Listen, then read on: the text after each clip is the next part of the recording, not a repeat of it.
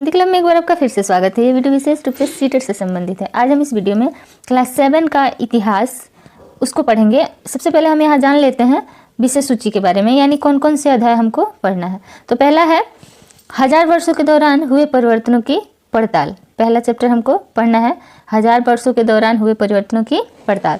दूसरा है नए राजा और उनके राज्य। तीसरा दिल्ली के सुल्तान। चौथा है मुगल साम्राज्य।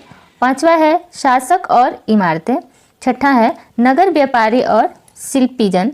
सातवां है जनजातियाँ, खानाबदोश और एक जगह बसे हुए समुदाय। आठवां है ईश्वर से अनुराग और नौवां है क्षेत्रीय संस्कृतियों का निर्माण। 10वां लेसन है आपका 18वीं शताब्दी में नए राजनीतिक गठन। तो ये है हमारी विषय सूची जिसके बारे में हमको पढ़ना है, यानी इतना चैप्टर हमको पढ़ना है। टोटल है 1 to 10 इतना हमको पढ़ना है। तो सबसे पहले आज हम शुरू करते हैं लेसन 1, यानी कि 1000 वर्षों के दौरान हुए परिवर्तनों की पड़ताल। इसमें देखिए मानचित्र। अरब भूगोलवेत्ता अल इद्रिसी ने 1154 में एक मानचित्र बनाया था। उसके द्वारा बनाए गए दुनिया के बड़े मानचित्र का एक हिस्सा है और इसमें भारतीय उपमहाद्वीप को दर्शाया है। उसने उसमें क्या किया है कि भारतीय उपमहाद्वीप जो है ना उसको उसमें बहुत दर्शाया है। ये दुनिया का सबसे बड़ा मानचित्र है जिसमें उसने उपमहाद्वीप को दर्शाया है। इसी तरह एक नक्शे का निर्माण फ्रांसीसी मानचित्रकार ने 1720 में बनाया था। जिस तरह से इसने बनाया, किसने? तो अल इद्रिसी ने उसी तरह से एक मानचित्र बनाया था। जो फ्रांसीसी था, वो मानचित्रकार था, वो बनाया था 1720 में। इसी तरह का एक नक्शा वो भी बनाया था। तथापि दोनों में मूल अंतर है। दोनों में क्या है? अंतर है। अल इद्रिसी के नक्शे में दक्षिण भारत उस जगह है जहां हम आज उत्तर भारत को ढूंढते हैं। कह जो इद्रिसी ने नक्शा बनाया था ना, वो दक्षिण भारत के उस जगह पे है जहां हम उत्तर भारत ढूंढते हैं। और श्रीलंका का द्वीप ऊपर की तरफ है। उसके बनाए नक्शे में श्रीलंका का जो द्वीप है वो कहाँ है? तो ऊपर की तरफ है। यहाँ ध्यान योग्य बात है कि इन जगहों के नाम में अरबी भाषा का प्रयोग किया है। जो ये जगह है इसमें कौन सा भाषा प्रयोग हुआ है? तो इसमें अरबी भाषा का प्रयोग हुआ है। यूरोप के नाविक तथा व्यापारी अपनी समुद्र यात्रा के लिए इस नक्शे का प्रयोग करते हैं। जो यूरोप के व्यापारी हैं वो अपनी समुद्री यात्रा के लिए इसी नक्शे का प्रयोग करते हैं। अब जानते हैं हम ऐतिहासिक अभिलेख के बारे में। ऐतिहासिक अभिलेख कई तरह की भाषाओं में मिले हैं। जो ऐतिहासिक अभिलेख हैं वो कई तरह की भाषा में मिले हैं। ये भाषाएं भी समय के साथ बहुत बदली है। समय के साथ साथ ये क्या है? भाषा भी बदलती गई। समय के साथ साथ हर चीज़ बदलता रहता है। इंसान का आचरण, व्यवहार या और आप कह सकते हैं, मान लीजिए कोई इंसान यदि गांव का है, अगर वही इंसान शहर में चला जाए तो उसका भाषा मतलब लैंग्वेज जो जिसको हम बोल सकते हैं, उसका लैंग्वेज, उसका तौर तरीका, ये सब क्या होता है? चेंज हो जाता है, यानी पर्सनालिटी उसका डेवलप हो जाएगी। तो उसी तरह से यहाँ भी कह रहा है कि आज जो है भाषा में काफ़ी ज़्यादा बदलाव हो रहा है और होता ही जा रहा है। उसी तरह से ये धीरे धीरे बदलाव होता गया। कह रहे कि 13वीं सदी में जब फारसी के इतिहासकार मिनहाज ए सिराज हिंदुस्तान शब्द का प्रयोग किया था। अब देखिए क्वेश्चन आपका एक यहाँ बन जाएगा कि हिंदुस्तान शब्द का प्रयोग सबसे पहले कौन सा एक ऐसा फारसी था जिसने हिंदुस्तान शब्द का प्रयोग किया था? तो आप लिख सकते हैं हाँ कि मिनहाज ए सिराज। कहता है कि जब फारसी के इतिहासकार, ये कहाँ का इतिहासकार है? तो फारसी का। इसका नाम है मिनहाज ए सिराज, जिसने हिंदुस्तान शब्द का प्रयोग किया था। तो उसका आशय था पंजाब, हरियाणा और गंगा यमुना के बीच में स्थित इलाकों से था। उसका हिंदुस्तान शब्द का उसका मतलब आश्रय था उससे, किससे? जो पंजाब और हरियाणा और गंगा यमुना के बीच का स्थित इलाका था, उसको उसने हिंदुस्तान शब्द के नाम से प्रयोग किया। उसने इस शब्द का राजनीतिक अर्थ में उन इलाकों के लिए इस्तेमाल किया जो दिल्ली के सुल्तान के अधिकार क्षेत्र में आते थे। उसने इसका उपयोग उन क्षेत्र के लिए किया था जो दिल्ली का सुल्तान थे उनके अधिकार में आते थे। सल्तनत के प्रसार के साथ साथ इस शब्द के अंतर्गत आने वाले क्षेत्र भी बढ़ते गए। जो सल्तनत था उसके प्रसार के साथ साथ इस क्षेत्र का जो आने वाला जो क्षेत्र था उसका प्रसार भी क्या होने लगा? बढ़ने लगा। लेकिन हिंदुस्तान शब्द में दक्षिण भारत का समावेश कभी नहीं हुआ। कह रहा है लेकिन हिंदुस्तान शब्द इन इलाकों के लिए तो हुए जो ये दिल्ली के सुल्तान के अधिकार क्षेत्र में आते थे, उनके लिए तो हिंदुस्तान शब्द का प्रयोग हुआ। लेकिन दक्षिण भारत का जो दक्षिण भारत था वो उसका समावेश नहीं हुआ। उसका समावेश हिंदुस्तान शब्द के लिए नहीं हुआ। इसके विपरीत यानी इसके उल्टा 16वीं सदी के आरंभ में बाबर ने हिंदुस्तान शब्द का प्रयोग इस उपमहाद्वीप में भूगोल, पशु पक्षियों और यहाँ के निवासियों की संस्कृति का वर्णन करने के लिए किया। अब देखिए, और फिर जैसे युग बदला तो फिर जब 16वीं सदी आई तो बाबर ने क्या किया, इसका हिंदुस्तान शब्द का प्रयोग किया। किसके लिए? तो भूगोल, पशु पक्षियों और यहाँ के निवासियों की संस्कृति का वर्णन करने के लिए किसका प्रयोग किया? तो हिंदुस्तान शब्द का प्रयोग किया। यह प्रयोग 14वीं सदी के कवि अमीर खुसरो द्वारा प्रयुक्त शब्द हिंद के ही कुछ कुछ समान था। ये जो था किसके समान था? तो हिंद के समान था। व्यायाम पढ़ेंगे अभिलेखागार। अभिलेखागार ऐसा स्थान जहां दस्तावेज और पांडुलिपियों को संग्रहित किया जाता है। अभिलेखागार उसे कहते हैं जो दस्तावेज हो, पांडुलिपि हो, उसको एक जगह रखा जाए, उसको हम क्या कहेंगे? अभिलेखागार कहेंगे। आज भी आप कार्यालय में जाते हैं तो एक जगह देखते हैं ना, सारे किताबें जितनी होती हैं और जो इम्पोर्टेंट क्या कहते हैं, इम्पोर्टेंट नोट्स हो या फिर इम्पोर्टेंट कागज हो, उसको क्या किया जाता है? एक जगह पे रखा जाता है। तो जिस जगह पे रखा जाता है ना, उसी को हम क्या कहेंगे? तो अभिलेखागार कहते थे, उसी को अभिलेखागार कहा जाता है। तो यहाँ भी करेंगे जहाँ पांडुलिपि और दस्तावेज रखा जाता है उसी को हम अभिलेखागार कहते हैं। सपोज दैट आप मान लीजिए कोई आपका अलमीरा हो और उसमें आप वो बुक्स रखें जो आपको पसंद हो या आपके लिए वो इम्पोर्टेंट हो, जो आपके लिए वो महत्वपूर्ण हो, उसको अगर आप रखते हैं तो उसको क्या करेंगे? संग्रहित कर लेंगे, मतलब एक जगह रख लेंगे, इकट्ठा कर देंगे, तो उस स्थान को आप अभिलेखागार बोल सकते हैं। ठीक है, आगे पढ़ते हैं। पर्यायवास। पर्यायवास इसका तात्पर्य किसी भी क्षेत्र के पर्यावरण और वहाँ के रहने वालों की सामाजिक और आर्थिक जीवन शैली से है। अब यहाँ करें कि पर्यायवास कहते किसे हैं? तो पर्यायवास उसे कहते हैं ना जहाँ पर क्या, जहाँ पर पर्यावरण और वहाँ के रहने वाले सामाजिक और आर्थिक जीवन शैली हो, उसको हम क्या कहेंगे? तो पर्यायवास कहेंगे। इसमें पर्यावरण हो और वहाँ के जीव जंतु हो, उनका जो जीवन शैली हो, उसको हम, जैसे पर्यावरण है, अब पर्यावरण में बहुत सारे जीव हैं, पर्यावरण में बहुत सारे जीव हैं, तो उसको हम क्या कहेंगे? तो उसको हम पर्यायवास कहेंगे। जियाउद्दीन वर्नी। 14वीं शताब्दी के इतिहासकार जियाउद्दीन वर्नी ने अपना वृत्तांत पहली बार 1356 और दूसरी बार 2 वर्ष के बाद लिखा था। उन्होंने पहली बार जो वृत्तांत अपना लिखा था वो 1356 में लिखा था और दूसरी बार जब लिखा तो उसके 2 वर्ष के बाद लिखा था। दोनों में अंतर है, दोनों में क्या है? अंतर है। लेकिन 1971 तक इतिहासकारों को पहली बार वाले वृत्तांत की जानकारी ही नहीं थी। जो पहली बार का वृत्तांत था उसके बारे में जो इतिहासकार लोग थे उनको इसके बारे में कोई भी जानकारी नहीं थी। यह पुस्तकालयों के विशाल संग्रहों में कहीं दबा पड़ा था। ये क्या हो गया था? जो विशाल संग्रह थे पुस्तकालय के, उसी में ये क्या हो गया था? दब गया था। इसीलिए जो इतिहासकार थे उनको ये नहीं मिल पाया था। यहाँ पढ़ते हैं इतिहासकार के बारे में। वर्ष 700 और 1750 के बीच के 1000 वर्षों का अध्ययन इतिहासकारों के लिए चुनौती रखता है। जो इतिहासकार होते हैं वो लोग ऐसे ही कुछ भी नहीं लिख देते हैं, उसको बहुत मतलब जानकारी के साथ उसको प्रूफ करना पड़ता है उनको कि हाँ ये जो हम मतलब लिख रहे हैं, जो बातें हम बता रहे हैं वो सच में है। तो इसलिए वो जो कुछ भी लिखते हैं ना वो बहुत ही सोच समझ के तब लिखते हैं। तो कह रहा है कि जब 700 और 1750 के बीच का जो हजारों वर्ष का अध्ययन है वो इतिहासकारों के लिए काफ़ी चुनौतीपूर्ण है, क्योंकि इसमें अनेक परिवर्तन हुए। उस समय क्या हुआ? अनेक परिवर्तन हो रहा था। इस काल में अलग अलग समय पर नई प्रौद्योगिकी के दर्शन होते हैं। इस समय क्या हो रहा है कि नए जैसे मैंने आपको बताया कि समय के साथ साथ हर चीज़ बदलता रहता है, तो उसी तरह से इसमें भी परिवर्तन आ रहा था। ये भी समय बदल रहा था। जैसे कि सिंचाई में रहा था, उस समय क्या हुआ? जो सिंचाई लोग नहरों को, पहले क्या होता था कि सिंचाई करना होता था तो नदियों को काट के और तब खेतों में लाया जाता था, उससे सिंचाई होती थी। यह सिंचाई पूरी तरह से वर्षा पर निहित होती थी। लेकिन उसके बाद क्या हो गया? सिंचाई में राहत आने लगा। कटाई में, चरखे और युद्ध में आग्नेयास्त्रों, बारूद वाले हथियार का इस्तेमाल होने लगा। क्या होने लगा? धीरे धीरे सब कुछ बदलने लगा। यानी युद्ध भी करना हुआ, तो पहले जो युद्ध था तो तलवारबाजी से करते थे लोग, लेकिन उस समय उसके बाद क्या होने लगा? ऐसा परिवर्तन आया कि उसमें बारूद का भी इस्तेमाल होने लगा था। इस उपमहाद्वीप में नई तरह का खान पान भी आया। इस उपमहाद्वीप में क्या हुआ? नए तरह का खान पान भी आने लगा, जैसे कि आलू हो गया, मक्का, मिर्च, चाय और कॉफ़ी। यह काल आर्थिक, राजनीतिक, सामाजिक और सांस्कृतिक परिवर्तनों का भी काल रहा। उस समय क्या हुआ? आर्थिक लोगों का, आर्थिक जो जीवन शैली था उसमें भी परिवर्तन आया, राजनीतिक में भी परिवर्तन आया, सामाजिक लोग होने लगे, संस्कृति में परिवर्तन आया। मतलब हर चीज़ में परिवर्तन धीरे धीरे क्या होने लगा? आने लगा था। उस काल में भी सब चेंजिंग होने लगा था। तो इस काल में इतना सारा चेंजिंग हो रहा था कि इतिहासकार का ये काल लिखना चुनौतीपूर्ण होने लगा था। इसी युग में लोग की गतिशीलता, एक स्थान से दूसरे स्थान पर आना जाना भी बहुत बढ़ गया था। अवसर की तलाश में लोग क्या करते थे, झुंड झुंड के में जाते थे और काफ़ी दूर दूर तक यात्राएं भी करते थे। ठीक है, अब हम आगे पढ़ते हैं शिहाबुद्दीन उमरी के बारे में।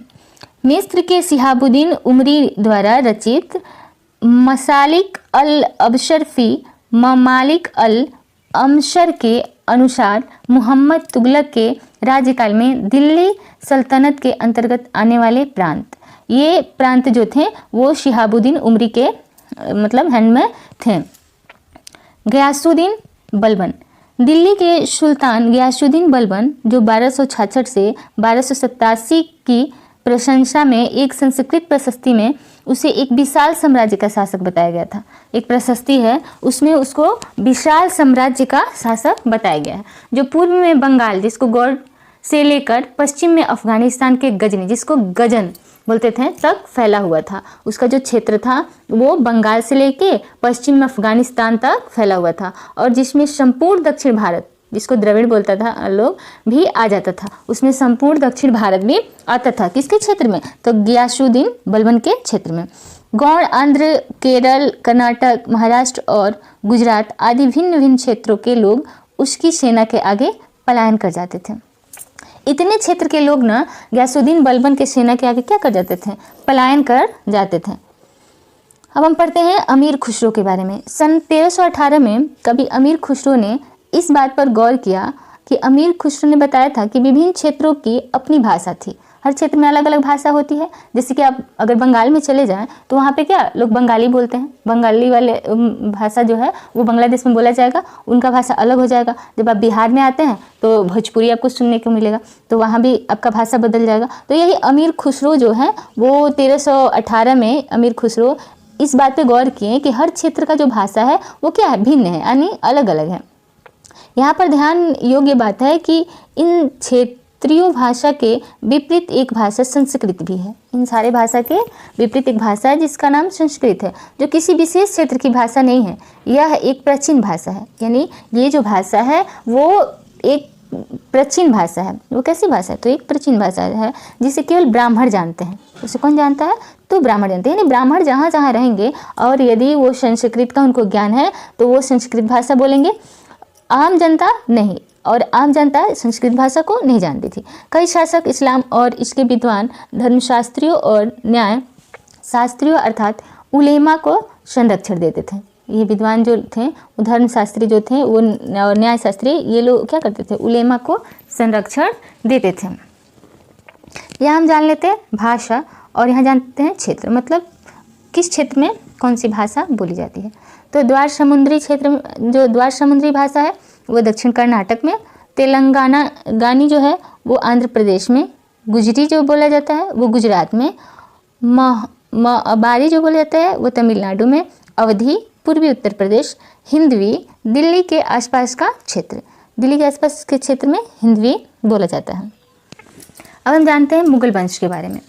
18वीं सदी में मुगल वंश पतन के ढलान पर था। जब 18वीं सदी आई तो जो मुगल वंश था उसका पतन होने लगा था, वो पतन के ढलान पर था। फलस्वरूप क्षेत्रीय राज फिर से उभरने लगे। उसके फलस्वरूप जो क्षेत्रीय राज थे वो क्या होने लगे, उभरने लगे, यानी पनपने लगे। लेकिन वर्षों से जो सर्व क्षेत्रीय साम्राज्यों का शासन चल रहा था उससे क्षेत्रों की प्रकृति बदल गई थी। उससे क्या हुआ, क्षेत्रों की जो प्रकृति थी वो बदल गई थी। उन पर छोटे छोटे बड़े राज्यों का शासन चलता रहता था, उन पर जो है वो छोटे और बड़े राज्यों का शासन चलता रहता था। अब हम जानते हैं संरक्षक के बारे में। कोई प्रभावशाली धनी व्यक्ति जो किसी कलाकार, शिल्पकार, विद्वान या अभिजात जैसे किसी अन्य व्यक्ति को मदद या सहारा दे, उसको क्या कहते थे, तो उसको संरक्षक कहते थे।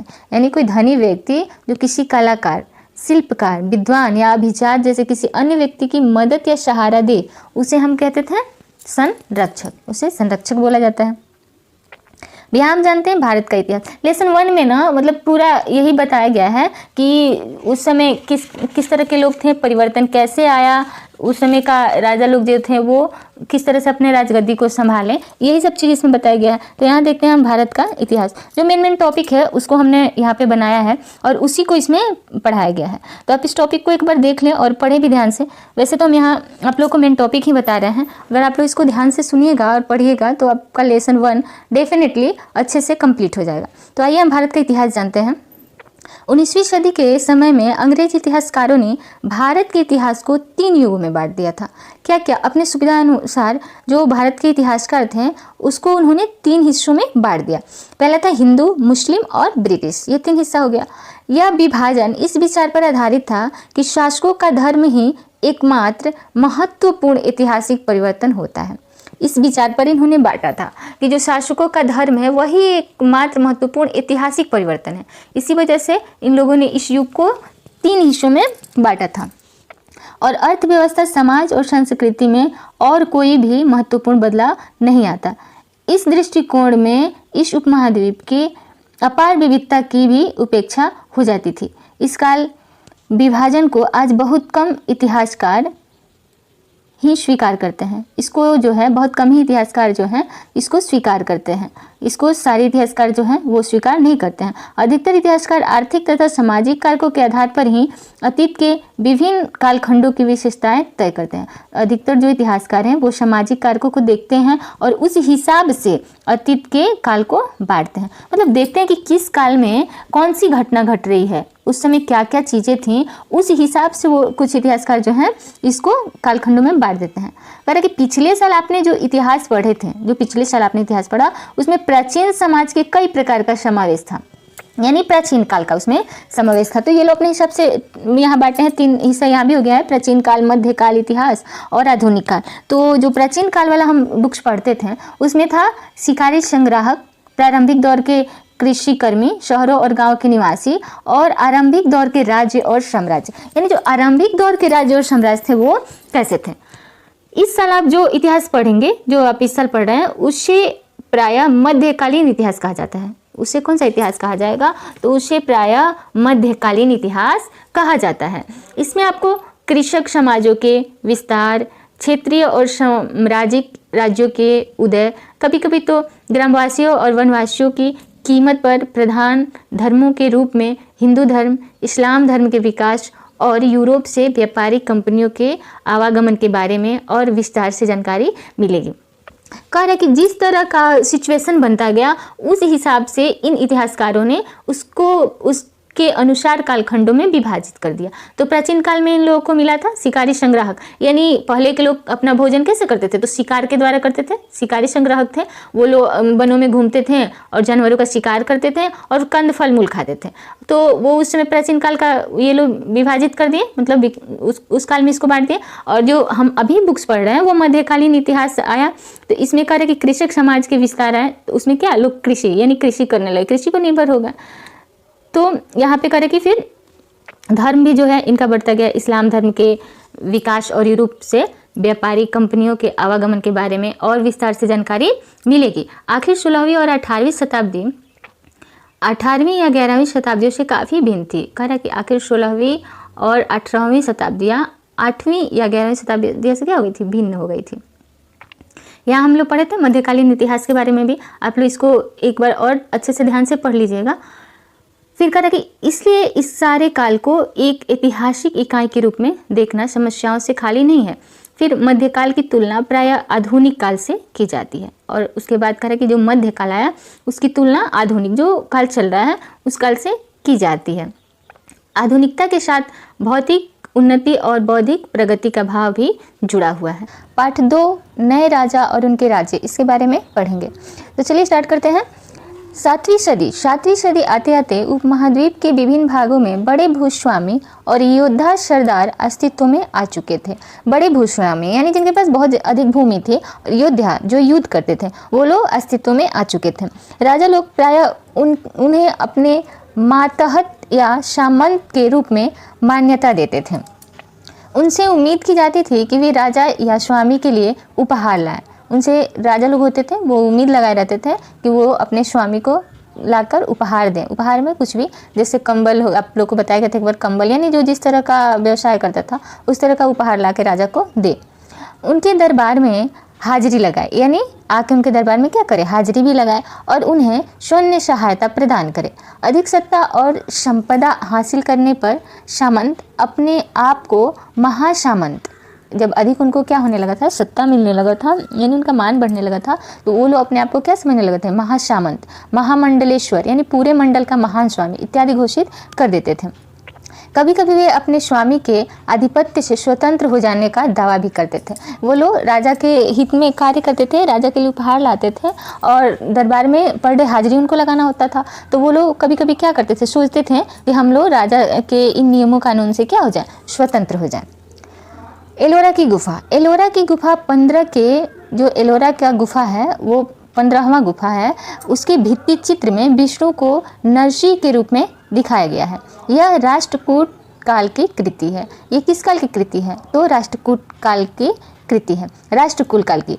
एलोरा की गुफा, आपका एक क्वेश्चन हो जाएगा कि एलोरा की गुफा 15 में किस भगवान की भित्ति बनाई गई है, तो विष्णु भगवान की, उसमें किस भगवान का फिगर बनाया गया है, तो विष्णु भगवान का, जिनका नरसिंह रूप में दर्शाया गया है वहाँ पे। और यह जो है किस काल की कृति है, तो राष्ट्रकूट काल की कृति है। यहाँ एक क्वेश्चन ये भी बन जाएगा कि राष्ट्रकूट काल की कृति जो है उसमें कौन से भगवान का फिगर बनाया गया है, तो और एलोरा की गुफा 15 में, तो वहाँ आंसर हो जाएगा विष्णु के नरसिंह अवतार का फिगर वहाँ पे बनाया गया है। 8वीं सदी, 8वीं सदी के मध्य में एक राष्ट्रकूल प्रधान दंती दुर्ग ने अपने चालुक्य स्वामी की अधीनता से इनकार कर दिया। क्या हुआ कि जब 8वीं सदी आई उसमें राष्ट्रकूल प्रधान जो थे वो दंती दुर्ग थे, उन्होंने चालुक्य स्वामी की अधीनता यानी उनके अधीन होना, उसको उन्होंने क्या किया, इनकार कर दिया, उसे हराया और हिरण्यगर्भ नामक एक अनुष्ठान किया। उसको उन्होंने क्या कर दिया, हरा दिया और एक हिरण्यगर्भ नाम का एक अनुष्ठान किया। जब यह अनुष्ठान ब्राह्मणों की सहायता से संपन्न किया जाता था तो यह माना जाता था कि इससे याचक जन्मना क्षत्रिय न होते हुए भी क्षत्रिय के रूप में दोबारा क्षत्रियत्व प्राप्त कर लेगा। यानी कि जब ये यज्ञ हिरण्यगर्भ यज्ञ हो जाता था, ब्राह्मणों द्वारा संपन्न कर लिया जाता था, तो दूसरे वर्ग के मतलब दूसरे जाति के लोग भी क्षत्रिय वर्ग में आ जाते थे, उनको क्षत्रिय लोग कहने लगते थे, क्षत्रिय वो लोग बन जाते थे। कदम मयूर शर्मण और गुर्जर प्रतिहार हरिश्चंद्र ब्राह्मण थे। जो कदम मयूर शर्मण और गुर्जर प्रतिहार हरिश्चंद्र ब्राह्मण थे, ये दोनों क्या थे, ब्राह्मण थे, लेकिन इन्होंने क्या क्या ये यज्ञ किया और क्षत्रिय की उपाधि धारण कर ली। करें यहाँ पर ध्यान देने योग्य बात है कि उन्होंने अपनी परंपरागत पेशे को छोड़कर शस्त्र को अपना लिया। उन्होंने क्या किया, शस्त्र को अपनाया।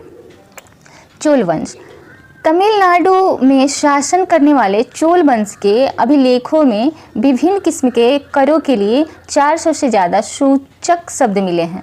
तमिलनाडु में जो शासन करने वाले चोल वंश के अभिलेख हैं उनमें करों के लिए 400 से ज़्यादा सूचक शब्द मिले हैं। इन करों में सबसे अधिक उल्लेखित शब्द वेटी यानी जबरन शर्म और कदमाई भू राजस्व, मकान पर छाजन डालने पर लगने वाला कर, खजूर या ताड़ के ऊपर चढ़ने के लिए जो सीढ़ी का इस्तेमाल किया जाता था उस पर लगने वाला कर, पारिवारिक संपत्ति का उत्तराधिकारी हासिल करने के लिए लगने वाले कर। कह रहा कि जो चोल वंश था ना उसके करों का जो 400 से ज़्यादा सूचक शब्द मिला था उसमें वेटी यानी जबरन श्रम, उन लोगों को क्या किया जाता था, ज़बरदस्ती श्रम करवाया जाता था, यानी ज़बरदस्ती मेहनत करवाया जाता था।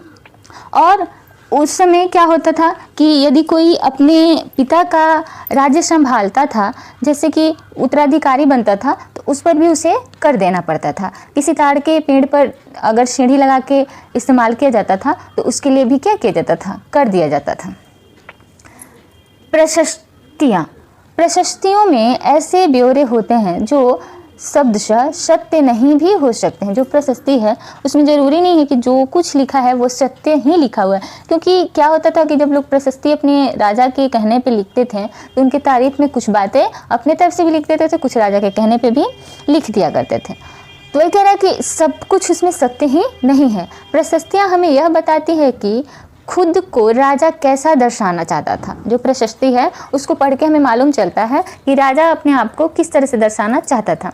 मिसाल के लिए शूरवीर, मिसाल के लिए वो खुद को किस रूप में दर्शाता था, तो शूरवीर के रूप में, विजयी योद्धा के रूप में। ये विद्वान ब्राह्मणों द्वारा रची गई थी, ये विद्वान ब्राह्मणों द्वारा रची गई थी। जो ये प्रशस्ति थी ना, वो विद्वान ब्राह्मण रचते थे, जो अक्सर प्रशासन में मदद करते थे, जो अक्सर क्या करते थे, प्रशासन में मदद करते थे।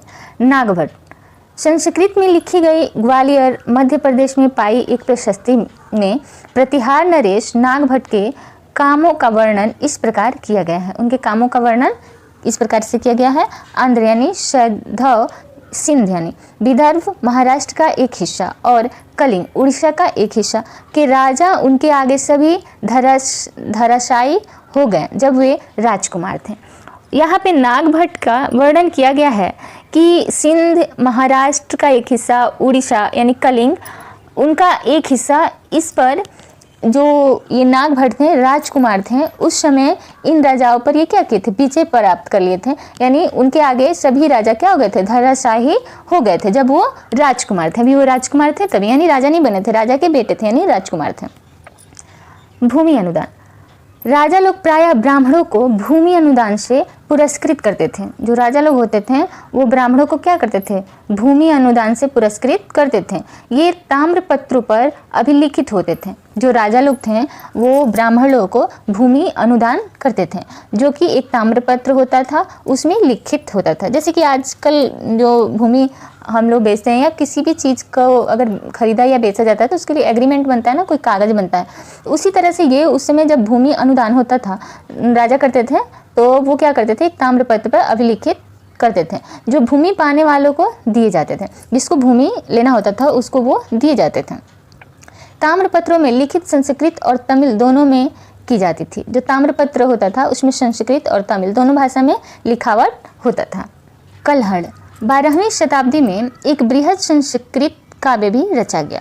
12वीं शताब्दी में कौन सा काव्य रचा गया, तो बृहद संस्कृत काव्य रचा गया, जिसमें कश्मीर पर शासन करने वाले राजाओं का इतिहास दर्ज है। जिसमें जो कश्मीर पर शासन करते थे उन राजाओं का इतिहास दर्ज है। इसे कल्हड़ नामक एक रचनाकार द्वारा रचा गया था। इसे किसके द्वारा रचा गया, तो कल्हड़ नामक एक रचनाकार द्वारा रचा गया था। कल्हड़ ने अपना वृत्तांत लिखने के लिए शिलालेखों, दस्तावेजों, प्रत्यक्षदर्शियों के वर्णनों और पहले के इतिहासों समेत अनेक तरह के स्रोतों का इस्तेमाल किया। इसने क्या किया, प्रत्यक्ष उसको समझा, जो प्रत्यक्षदर्शी थे उस पर शिलालेख, दस्तावेज और इतिहासकारों का जो लिखा हुआ था उससे उन सारे स्रोतों को मतलब देखते हुए, उसका इस्तेमाल करते हुए उसने इसे लिखा। प्रशस्तियों के लेखकों से भिन्न वह अक्सर शासकों और उनकी नीतियों के बारे में आलोचनात्मक रुख दिखलाता है। वह क्या करता है कि शासकों और उनकी नीतियों के बारे में आलोचनात्मक रुख दिखलाता है। इसलिए 12वीं सदी के लिए यह असाधारण ग्रंथ था। वह क्या करता है, उनकी प्रशंसा के बजाय उनकी आलोचना का रुख दिखाता है। इसलिए यह जो ग्रंथ था वो असाधारण ग्रंथ बन गया था। त्रिपक्षीय संघर्ष, अब यहाँ देखते हैं त्रिपक्षीय संघर्ष क्या होता है। गंगा घाटी के कन्नौज नगर, गुर्जर, प्रतिहार, राष्ट्रकूट और पाल वंशों के शासक सदियों तक कन्नौज के ऊपर नियंत्रण को लेकर आपस में लड़ते रहे। ये लोग क्या करते रहे, कन्नौज को लेकर आपस में ये लोग लड़ते रहे। क्योंकि इसकी जो लड़ाई थी वो काफ़ी लंबी चली, 3 पक्ष इसमें थे, इसलिए इतिहासकारों ने प्रायः इसकी चर्चा त्रिपक्षीय संघर्ष के रूप में की है। त्रिपक्षीय यानी 3 पक्ष था, इसलिए इसको त्रिपक्षीय बोला गया। तो क्वेश्चन में ये आ सकता है कि त्रिपक्षीय संघर्ष कौन कौन से थे, तो गुर्जर प्रतिहार, दूसरा राष्ट्रकूट और तीसरा था पाल वंश। ये 3 पक्ष वाला था, इसलिए इसे क्या कहा गया, तो त्रिपक्षीय संघर्ष कहा गया। सुल्तान, सुल्तान अरबी शब्द है। सुल्तान कौन सा शब्द है, अरबी शब्द है, जिसका मतलब शासक होता है। जिसका मतलब क्या होता है, शासक। अफगानिस्तान के गजनी का सुल्तान मोहम्मद ऐसे शासकों में से सबसे प्रसिद्ध हैं। जो अफगानिस्तान के गजनी का सुल्तान मोहम्मद हैं वो ऐसे शासकों में सबसे क्या हैं, प्रसिद्ध हैं। उसने 997 से 1030 तक शासन किया और अपने नियंत्रण का विस्तार मध्य एशिया के भागों ईरान और उपमहाद्वीप के उत्तर पश्चिमी हिस्से तक किया। सुल्तान मोहम्मद का मुख्य निशाना थे संपन्न मंदिर। उसका जो मुख्य निशाना पर था वो क्या था, तो वो संपन्न मंदिर था, उस पर उसका मुख्य निशाना था, जिनमें गुजरात का सोमनाथ मंदिर भी शामिल था। गुजरात का जो सोमनाथ मंदिर था उसमें भी वो शामिल था। सुल्तान मोहम्मद को जो धन की प्राप्ति हुई उसका बड़ा हिस्सा उसने गजनी में एक वैभवशाली राजधानी के निर्माण में खर्च किया। वो उसका टारगेट था क्या, तो जो संपन्न मंदिर है वो, और उसी का धन लेकर उसने क्या किया, तो गजनी में एक वैभवशाली राजधानी का निर्माण करने में उसको खर्च किया। सुल्तान मोहम्मद ने अपने इस कार्य का लेखा जोखा का कार्य अल बेरूनी नामक विद्वान को दिया। उसको क्या किया, अल बिरूनी नामक विद्वान को दिया। इसका क्या करने के लिए, लेखा जोखा करने के लिए। अल बिरूनी के द्वारा अरबी में लिखी गई उसकी कृति किताब अल हिंद आज भी इतिहासकारों के लिए एक महत्वपूर्ण स्रोत है। उसका जो लिखा गया किताब है वो है अल हिंद, जो इतिहासकारों के लिए आज भी महत्वपूर्ण स्रोत है। यानी उसमें वो जो लिखा था वो इतिहासकारों के लिए एक महत्वपूर्ण स्रोत बना।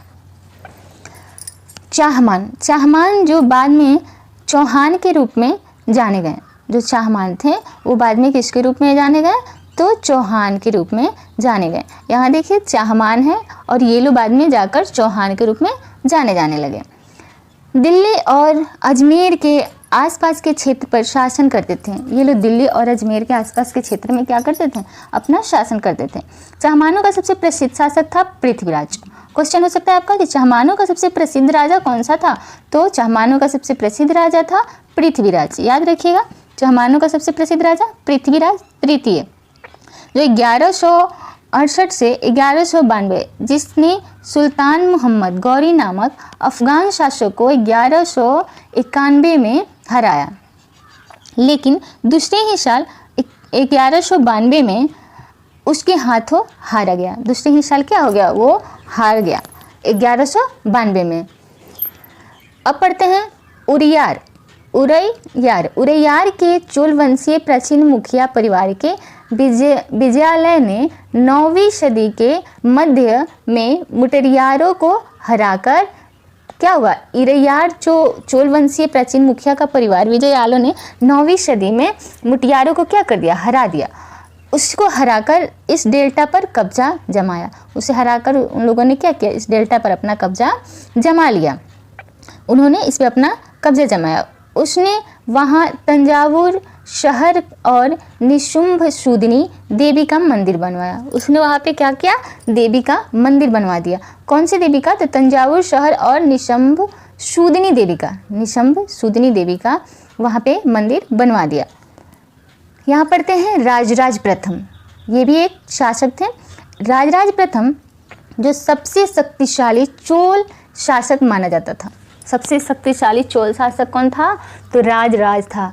याद रखिएगा, सबसे शक्तिशाली शासक चोल वंश का कौन सा था, तो राजराज प्रथम था।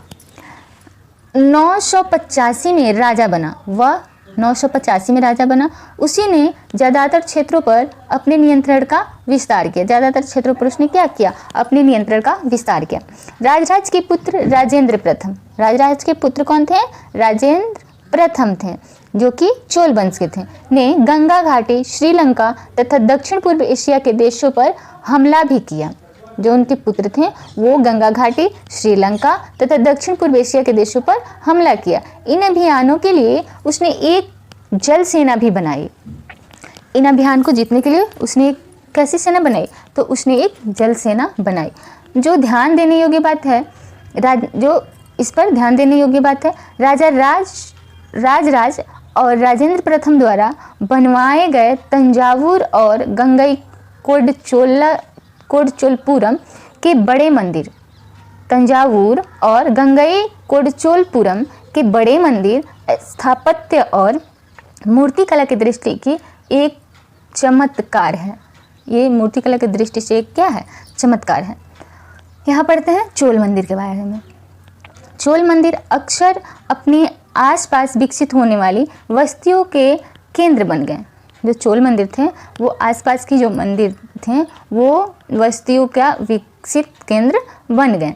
ये शिल्प उत्पादन के केंद्र थे, ये शिल्प उत्पादन के केंद्र थे।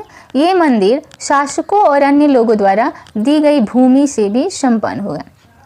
ये जो मंदिर थी वो शासकों और अन्य लोगों द्वारा जो भूमि थी वो दी गई थी, उससे ये क्या हुआ, संपन्न हुआ। इस भूमि की उपज उन सारे विशेषज्ञों का निर्वाह करने में खर्च होता थी। वो जो भूमि था उस मंदिर में जो लोग रहते थे उनके ऊपर इसका जो अनाज होता था और जो इसकी उपज होती थी उन पे वो खर्च होता था।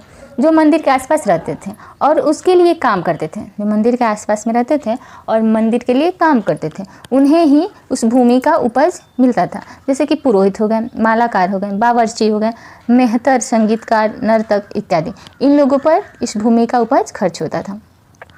चोल कांस्य प्रतिमाएं। चोल कांस्य प्रतिमाएं संसार की सबसे उत्कृष्ट कांस्य प्रतिमाओं में गिनी जाती है। ज़्यादातर प्रतिमाएं तो देवी देवताओं की ही होती थी, लेकिन कुछ प्रतिमाएं भक्तों की भी बनाई गई।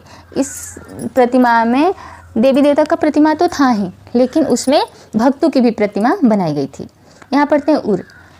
किसानों की बस्तियों को उर कहा जाता था। जो किसान लोगों की बस्ती होती थी उनको यहाँ पे उर कहा गया। नए साम्राज्य में उनको क्या कहा गया, उर कहा गया। जो सिंचित खेती के साथ बहुत समृद्ध हो गई थी, जो खेती के साथ क्या हो गई थी, बहुत समृद्ध हो गई थी। इस तरह के गाँव के समूह को नाडू कहा जाता था। यानी जो संपन्न गाँव होते थे उसके समूह को क्या कहा जाता था, तो नाडू कहा जाता था। यहाँ पे है उसके समूह को नाडू कहा जाता था। जो संपन्न थे उन्हें ही नाडू कहा जाएगा। अब यहाँ पढ़ते हैं वेल्लार। वेल्ला जाति के धनी किसानों को केंद्रीय चोल सरकार की देखरेख में नाडू के कामकाज में अच्छा खासा नियंत्रण हासिल था। कहता है कि वेल्लाल जाति के धनी किसानों को केंद्रीय चोल सरकार की देखरेख में, जो धनी किसान हैं वो केंद्रीय सरकार के देखरेख में नाडू के कामकाज में अच्छा खासा नियंत्रण हासिल था। नाडू के कामकाज में इनको अच्छा खासा नियंत्रण हासिल था। उनमें से कई धनी भूस्वामियों को चोल राजाओं ने सम्मान के रूप में मुवेंद वेलन यानी 3 राजाओं को अपनी सेवाएं प्रदान करने वाला वेलन या किसान, अरैयार जिसको प्रधान कहते हैं, अरैयार का मतलब प्रधान होता है, जैसी उपाधि दी और उन्हें केंद्र में महत्वपूर्ण राजकीय पद प्राप्त किया। क्या किया, उन्हें वो महत्वपूर्ण राजकीय पद भी प्राप्त हो गया। यहाँ देखते हैं हम भूमि के प्रकार। उसमें भूमि के प्रकार कैसा था उसे देखते हैं। चोल अभिलेखों में भूमि की विभिन्न कोटियों का उल्लेख मिलता है। जो चोल अभिलेख है उसमें विभिन्न कोटियों का उल्लेख मिलता है। तो वेलन व गाई है, गैर ब्राह्मण किसान स्वामी की भूमि। जो वेलन गाई बोला जाता था वो गैर ब्राह्मण किसान की भूमि होती थी। उसके बाद है ब्रह्मादय, ब्राह्मणों को उपहार में दी गई भूमि। जो ब्रह्मादय है वो ब्राह्मणों को उपहार में दी जाती थी भूमि, उसे ब्रह्मादय कहते थे। शालाभोग, यहाँ है शालाभोग, किसी विद्यालय के रख रखाव के लिए भूमि, किसी विद्यालय के रख रखाव के लिए जो भूमि दी जाती थी उसे शालाभोग बोलते थे। देवदान तिरुनमटुकनी, मंदिर को उपहार में दी गई भूमि। उसके बाद है पलिचंदम, जो जैन संस्थानों को दान दी गई भूमि थी। जो जैन संस्थानों को दान दी गई भूमि थी वो थी पलिचंदम। अब यहाँ पढ़ते हैं ब्राह्मण के बारे में। ब्राह्मणों को समय समय पर भूमि अनुदान या ब्रह्मोदय प्राप्त हुआ। जो यहाँ हम लोग ब्रह्मोदय के बारे में पढ़ें। परिणाम स्वरूप कावेरी घाटी और दक्षिण भारत के दूसरे हिस्सों में ढेरों ब्राह्मण अस्तित्व में आए। तमिलनाडु के चिंगलपुट जिले के उत्तर मेरूर से प्राप्त अभिलेखों में इस बात का सविस्तार वर्णन है। इस बात का उसमें सविस्तार वर्णन किया गया है। ब्राह्मणों की सभा का संगठन कैसा था, यानी ब्राह्मणों की सभा का संगठन कैसा था, इस अभिलेख में इसका सविस्तार वर्णन किया गया है। उत्तर मेरूर अभिलेख के अनुसार सभा की सदस्यता के लिए क्या अनिवार्य है। सभा की सदस्यता के लिए इच्छुक लोगों को ऐसी भूमि का स्वामी होना चाहिए। कह रहा है जो सभा के सदस्य के लोग जो इच्छुक थे ऐसी भूमि का स्वामी उनको होना चाहिए जहाँ से भूराजस्व वसूला जाता है, जहाँ से भूराजस्व वसूला जाता था। उनके पास अपना घर होना चाहिए। उनकी उम्र 35 से 70 के बीच होनी चाहिए। उन्हें वेदों का ज्ञान होना चाहिए। उन्हें प्रशासनिक मामलों की अच्छी जानकारी होनी चाहिए और ईमानदार होना चाहिए। यदि कोई पिछले 3 सालों में किसी समिति का सदस्य रहा है तो वह किसी और समिति का सदस्य नहीं बन सकता। जिसने अपने या संबंधियों के खाते जमा नहीं कराए हैं वह चुनाव नहीं लड़ सकता। जो उत्तर मेरूर अभिलेख है उसमें ये बताया गया है कि इस सभा का सदस्य जो है वो उसके लिए क्या क्या अनिवार्य है, मतलब क्या क्या क्वालिटी उसमें होनी चाहिए। तो उसका उम्र होना चाहिए 35 से 70 के बीच में। जैसे कि आज भी वोटिंग करने के लिए बहुत से रूल्स होते हैं, उसी तरह से उस समय भी ये रूल्स थे इन लोगों के लिए। अब पढ़ते हैं हम तांग राजवंश। चीन में तांग राजवंश के तहत एक साम्राज्य स्थापित हुआ। चीन में तांग राजवंश के तहत एक साम्राज्य स्थापित हुआ जो लगभग 300 वर्षों तक 7 से 10 सत्ता में रहा। इसकी राजधानी शियान, इसकी राजधानी जो थी सियान, यानी तांग राजवंशों की राजधानी कौन सी थी? तो शियान थी। दुनिया के सबसे बड़े नगरों में से एक थी, वो दुनिया के सबसे बड़े नगरों में से एक थी जहाँ तुर्की, ईरानी, भारतीय और जापानी, कोरियाई आया जाया करते थे। तांग राजवंश परीक्षा के माध्यम से नियुक्ति की गई नौकरशाही द्वारा प्रशासित होता था। इन परीक्षाओं में हर इच्छुक व्यक्ति बैठ सकता था। इस परीक्षा में जिसको इच्छा होता था वो बैठ सकता था। अधिकारियों के चयन की यह व्यवस्था कुछ बदलावों के साथ 1911 तक कायम रही। कुछ बदलाव के साथ ये 1911 तक कायम रही। यहाँ देखते हैं कुछ महत्वपूर्ण बिंदु। गुर्जर प्रतिहार गुजरात और राजस्थान से संबंध रखते थे। जो गुर्जर प्रतिहार थे वो गुजरात और राजस्थान से संबंध रखते थे। दूसरा है राष्ट्रकूल का संबंध पश्चिमी दक्कन से था। तीसरा है पाल का संबंध बंगाल से था। चौथा है चोल का संबंध तमिलनाडु से था। त्रिपक्षीय संबंध में गुर्जर प्रतिहार, राष्ट्रकूल और पाल वंश थे। तो आपके लिए मात्र एक क्वेश्चन है कि तंग राजवंश की राजधानी कौन सी थी? इसका आंसर आप हमें कमेंट बॉक्स में जरूर दीजिएगा। अध्याय 3 दिल्ली के सुल्तान, इसके बारे में पढ़ेंगे। तोमर 12वीं सदी के मध्य में तोमर को अजमेर के चौहानों, जिन्हें चाहमान के नाम से जाना जाता था, जो अजमेर के चौहान लोग थे उनको चाहमान के नाम से भी जाना जाता था।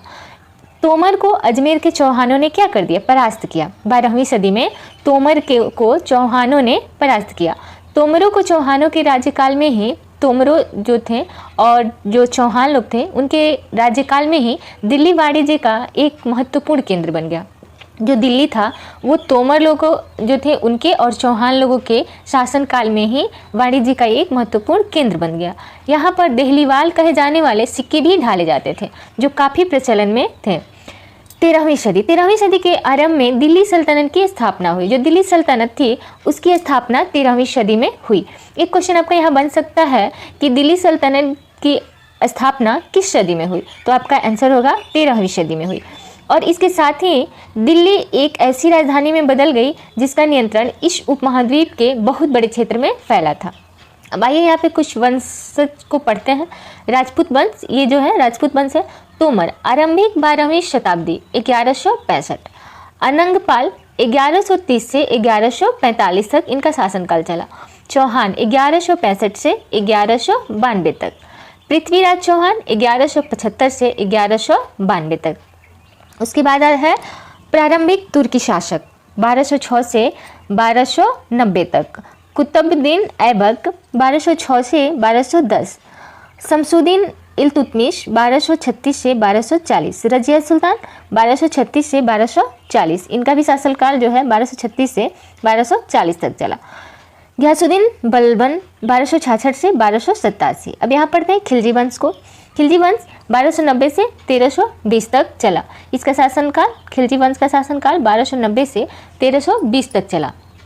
जलालुद्दीन खिलजी 1290 से 1296 तक। अलाउद्दीन खिलजी 1296 से 1316 तक। उसके बाद आता है तुगलक वंश जो 1320 से लेकर 1414 तक चला।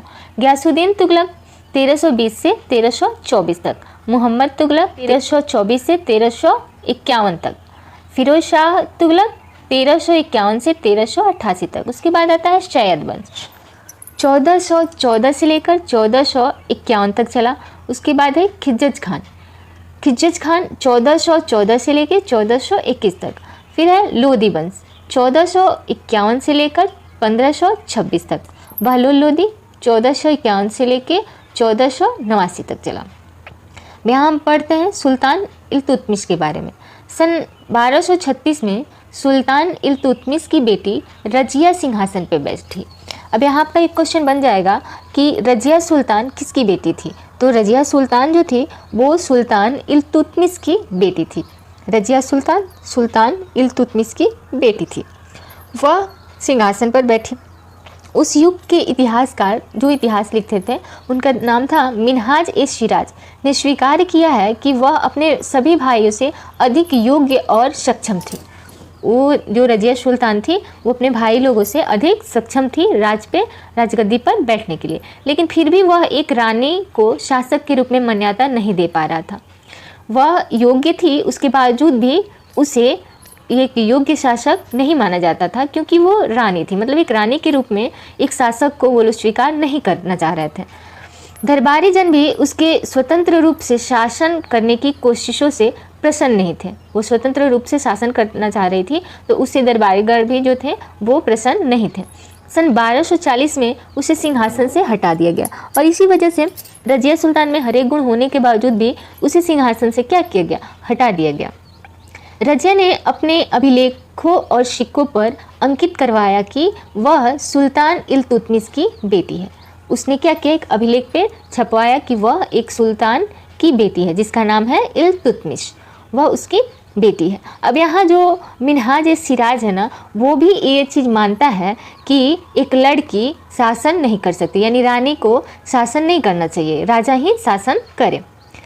उसके बाद हम पढ़ते हैं भीतरी प्रदेश। भीतरी प्रदेश किसी शहर या बंदरगाह के आसपास के इलाके जो उस शहर के लिए वस्तुओं और सेवाओं की पूर्ति करे, उसको भीतरी प्रदेश बोला जाता था। जो शहर या बंदरगाह के आसपास के इलाके जो उस शहर के लिए वस्तु और सेवाओं की पूर्ति करे, वो भीतरी प्रदेश होता था। यहाँ गैरिसन है को पढ़ते हैं। गैरिसन शहर किले बंद बसाव जहाँ सैनिक रहते हैं। गैरिसन उसको कहा जाता है जो किले बंद बसाव का बसाव होता है और वहाँ सैनिक लोग रहते हैं। दिल्ली से सुदूर बंगाल और सिंध के गैरिसन शहरों का नियंत्रण बहुत ही कठिन था। जो गैरिसन संघ का नियंत्रण था वो काफ़ी कठिन था। बगावत, युद्ध, यहाँ तक कि खराब मौसम से भी उनसे संपर्क के नाजुक सूत्र छिन्न भिन्न हो जाते थे। उनके संपर्क के जो नाजुक क्षेत्र थे वो क्या हो जाते थे, छिन्न भिन्न हो जाते थे। शासन और अफ़गानिस्तान से आने वाले हमलावरों और उन सूबेदारों से बराबर चुनौती मिलती रहती थी। जो शासन करते थे उनसे और अफ़गानिस्तान से आने वाले जो हमलावर होते थे उनसे ये गैरिसन में जो सैनिक थे उनको ये चुनौती मिलती रहती थी। इसका विस्तार हुआ गयासुद्दीन बलबन, अलाउद्दीन खिलजी और मोहम्मद तुगलक के राज्यकाल में हुआ। इसका विस्तार जो था ये राजाओं के काल में हुआ। तीनों राजा थे कौन, गयासुद्दीन बलबन, अलाउद्दीन खिलजी और मोहम्मद तुगलक।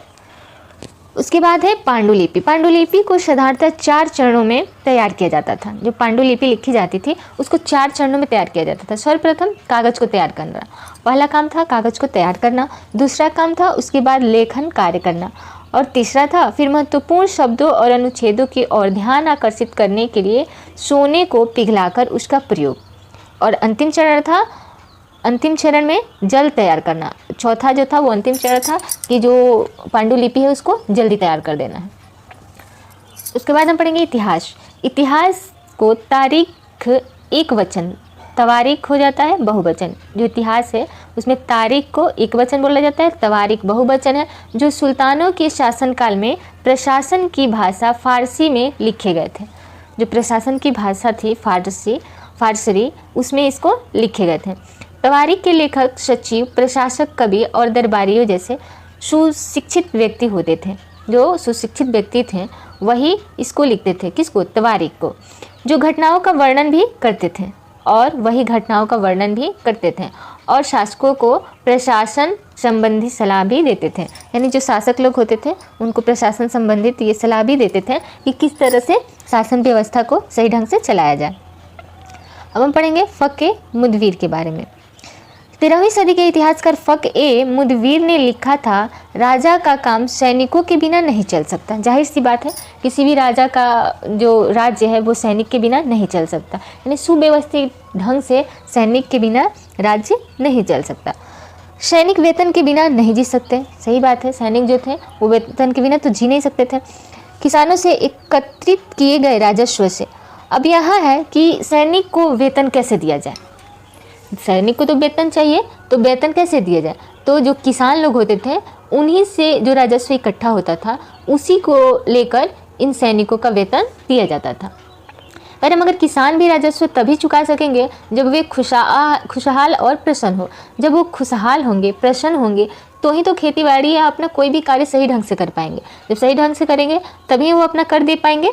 ऐसा तभी हो सकता है जब राजा न्याय और ईमानदार प्रशासन को बढ़ावा दे, और ऐसा उस राजा के राज्य में अच्छे से हो पाता है जो राजा ईमानदार प्रशासन को बढ़ावा देता है, यानी अपनी प्रजा के और विशेष ध्यान देता है, उनकी खुशी का, उनके दुख का वो खासकर ध्यान रखता है, जिससे कि उसे राजस्व और जो कर है वो अच्छे ढंग से भी मिल पाती है, जिससे वो अपने सैनिकों को वेतन दे सके और अपने राज्य की अच्छे से देखरेख भी कर सके। उसके बाद है रुद्रम्मा देवी। आधुनिक आंध्र प्रदेश के वारंगल क्षेत्र में किसी समय काकतीय वंश का राज्य था। उस वंश की रानी रुद्रम्मा देवी 1262 से 1289 के व्यवहार से रजिया को व्यवहार जो था वो विपरीत था। जो रुद्रम्मा देवी थी उनके व्यवहार से रजिया का जो व्यवहार था वो पूरा विपरीत था, यानी रजिया के व्यवहार से रुद्रम्मा देवी का जो व्यवहार था वो विपरीत था। रुद्रम्मा देवी ने अपने अभिलेखों में अपना नाम पुरुषों जैसा लिखवाकर अपने पुरुष होने का भ्रम पैदा किया। जो रुद्रम्मा देवी थी उसने क्या किया कि अपना नाम ऐसे छपवाया जैसे कि पुरुष की तरह दिखे। उसने अपने नाम को छुपा लिया और पुरुष होने का भ्रम पैदा कर दिया, यानी जनता में वो अपने आप को क्या दिखाती थी कि मैं पुरुष हूँ, और इसीलिए उसने अपने नाम को भी क्या कर दिया था, छुपा दिया था। एक और महिला शासक थी कश्मीर की रानी दिद्दा, जो 980 से 1003 तक, उसका नाम दीदी जो कि बड़ी बहन से निकला था, वो भी इसी तरह से थी। लेकिन जो रजिया सुल्तान थी वो ऐसा नहीं थी, उसने अपना नाम इस तरह से नहीं छुपाया था। वो रजिया सुल्तान थी और किसकी बेटी थी ये बात भी उसने दर्शाया था, लेकिन रुद्रम्मा देवी जो थी वो इस बात को छुपाई थी। इसलिए दोनों के व्यवहार में क्या है, डिफरेंसेस है, यानी दोनों अलग व्यवहार की थी, एक दूसरे से पूरा विपरीत थे। अलाउद्दीन खिलजी। अलाउद्दीन खिलजी के शासनकाल में दक्षिण भारत को लक्ष्य करके सैनिक अभियान शुरू हुई। दक्षिण भारत को लक्ष्य बनाया गया और तब सैनिक अभियान शुरू हुआ। ये अभियान मोहम्मद तुगलक के समय में अपनी चरम सीमा पर थी। अलाउद्दीन खिलजी के शासनकाल में भू राजस्व के निर्धारण और वसूली के कार्य को राज्य अपने नियंत्रण में ले आया। जो राज्य था वो उसको क्या किया, जो राजस्व वसूला जाता था उसको भी वो अपने नियंत्रण में ले लिया। कर 3 प्रकार के थे, कर जो थे वो 3 प्रकार थे। 3 प्रकार के थे, कौन सा, तो कृषि कर जिसे खराज कहा जाता था, जो कृषि कर था उसे क्या कहा जाता था, खराज। याद रखिएगा, कृषि कर को खराज बोला जाता था। और जो किसान की उपज का लगभग 50% हिस्सा होता था। किसान की उपज का कितना प्रतिशत हिस्सा होता था, तो 50% हिस्सा होता था। दूसरा था मवेशी, दूसरा मवेशी पर कर था, और तीसरा था घरों पर कर, और तीसरा क्या था, तो घर पर कर था। ये 3 प्रकार का कर था। मोहम्मद तुगलक। दिल्ली सल्तनत की सेनाओं की शुरुआत अपेक्षाकृत कमज़ोर थी। जो दिल्ली सल्तनत की जो सेना का शुरुआत था वो क्या था, कमज़ोर था। मगर 150 वर्ष बाद मोहम्मद तुगलक के राज्यकाल के अंत तक इस उपमहाद्वीप का एक विशाल क्षेत्र इसके युद्ध अभियान के अंतर्गत आ चुका था। कह रहा है कि मोहम्मद तुगलक का जब राज्यकाल आया तो उसके अंत तक इस उपमहाद्वीप का एक विशाल क्षेत्र इसके युद्ध अभियान के अंतर्गत आ चुका था। इसने शत्रुओं की सेनाओं को परास्त किया। इसने जो शत्रु वर्ग की सेना थी उसको क्या किया, तो परास्त किया, और शहरों पर अपना कब्जा किया, और शहर पे क्या कर लिया, अपना कब्जा कर लिया। उस समय क्या होता था, एक दूसरे राजा से लड़ाई होती थी और जो राजा जीतता था वो उसके क्षेत्र को भी अपने राज्य में मिला लेता था, यानी उस पर भी अपना राज्य स्थापित करता था और उसको भी अपने राज्य की तरह ही देखरेख करता था। मोहम्मद तुगलक ने अजीज खुमार नामक कलाल, यानी जो शराब बनाने और बेचने वाला था, फिरोज हज्जाम नामक नाई मनका, तब्बाक नामक बावर्ची, फिरोज हजाम नामक नाई, मनका तबाक नामक बावर्ची और लड्डा तथा पीरा नामक मालियों को ऊंचे प्रशासनिक पदों पर बैठाया। जो मोहम्मद तुगलक था उसने क्या किया, जो शराब बेचने वाला था उसको, और फिरोज हजाम जो नाई था उसको, और तबाक नामक बावर्ची जो था, उन सबको उसने क्या किया, ऊंचे प्रशासनिक पद पर बैठाया। कुव्वत अल इस्लाम मस्जिद 12वीं सदी के आखिरी दशक में बनी कुव्वत अल इस्लाम मस्जिद तथा उसकी मीनारे या जामा मस्जिद दिल्ली के सुल्तानों द्वारा बनाए गए। ये जो जामा मस्जिद था वो दिल्ली के सुल्तान द्वारा बनाए गए थे। सबसे पहले शहर में स्थित है, वो जो है सबसे पहले शहर में स्थित है। इतिहास में इस शहर को देहली ए कुहना यानी पुराना शहर कहा जाता है। इस मस्जिद को इल्तुतमिश और अलाउद्दीन खिलजी ने और विस्तार किया। ये जो मस्जिद था उसको इल्तुतमिश और अलाउद्दीन खिलजी ने काफ़ी विस्तार किया। मीनार 3 सुल्तानों कुतुबुद्दीन ऐबक, इल्तुतमिश और फिरोज शाह तुगलक द्वारा बनाई गई, और जो मीनार थी वो 3 शासकों के द्वारा बनाई गई। तो कौन कौन, तो कुतुबुद्दीन ऐबक, इल्तुतमिश और फिरोज शाह तुगलक, इनके द्वारा मीनार बनाई गई। उसके बाद है बेगमपुर मस्जिद, बेगमपुरी मस्जिद यह मोहम्मद तुगलक के राज्यकाल में दिल्ली में उसकी नई राजधानी जहांपनाह विश्व की शरणस्थली की मुख्य मस्जिद के तौर पर बनाई गई थी। करें कि जो बेगमपुरी मस्जिद थी वो मोहम्मद तुगलक के राज्यकाल में दिल्ली में उसकी नई राजधानी जहांपनाह विश्व की शरणस्थली की मुख्य मस्जिद के तौर पर उसको बनाई गई थी, उसको मुख्य मस्जिद के तौर पर बनवाया गया था। मस्जिद या अरबी शब्द है, जो मस्जिद जिसको बोलते हैं वो कौन सा शब्द है, तो अरबी शब्द है जिसका शाब्दिक अर्थ है ऐसा स्थान जहां मुसलमान अल्लाह की आराधना में सजदा करते हैं। मस्जिद ऐसा स्थान होता है जहां मुस्लिम लोग जाकर अल्लाह को सजदा करते हैं, यानी प्रणाम करते हैं। आप हिंदू लोगों के मायने में उसको पूजा बोला जाता है। जिस तरह से हिंदू लोग अपना पूजा पाठ करते हैं उसी तरह से ये लोग अल्लाह का आराधना करते हैं। ये लोग अल्लाह के पास जाके और उनका आराधना करते हैं। नमाज के दौरान अब मुस्लिम सब क्या करते हैं, तो नमाज के दौरान जो मुसलमान होते हैं वो मक्का की तरफ मुँह करके खड़े होते हैं, वो मक्का की तरफ अपना फेस करके खड़े हो जाते हैं। भारत में मक्का पश्चिम की ओर पड़ता है, जो भारत है हमारा उसमें मक्का पश्चिम की तरफ पड़ता है। मक्का की ओर दिशा को किबला कहा जाता है। जो मक्का की ओर का दिशा होता है उसको क्या कहा जाता है, तो किबला कहा जाता है। पॉइंटेड क्वेश्चन है कि मक्का की ओर की दिशा को क्या कहा जाता है, तो किबला कहा जाता है। यहाँ ध्यान रखने योग्य है, यह बात जो है वो ध्यान रखने योग्य बात है कि जो मक्का है उसको किबला कहा जाता है। ध्यान रखिएगा आप कि मक्का जो है उसको किबला कहा जाता है, ठीक है। उसके बाद है मोट की मस्जिद सिकंदर लोदी के शासनकाल में यह उसके मंत्री द्वारा बनाई गई है। जो मोट की मंदिर है वो सिकंदर लोदी के शासनकाल में उसके मंत्री के द्वारा बनाई गई है।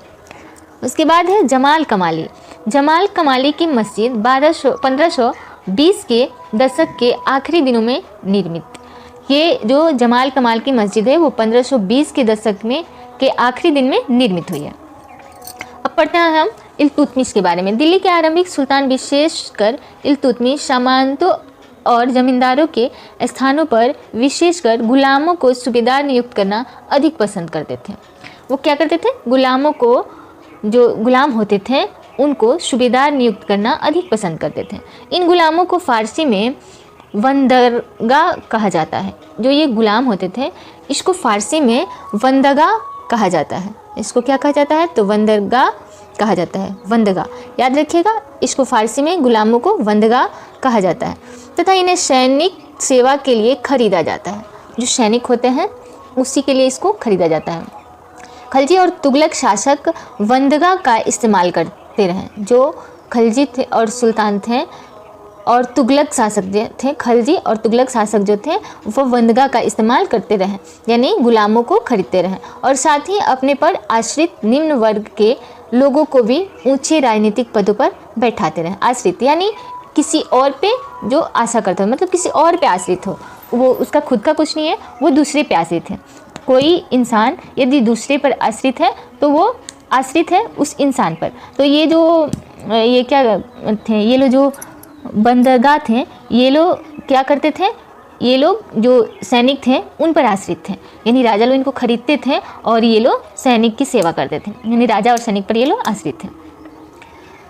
उसके बाद है जियाउद्दीन वर्णी। 14वीं शताब्दी के मध्य के इतिहासकार जियाउद्दीन वर्णी ने इन नियुक्तियों का उल्लेख सुल्तान के राजनीतिक विवेक के नाश और शासन करने की अक्षमता के उदाहरणों के रूप में किया है।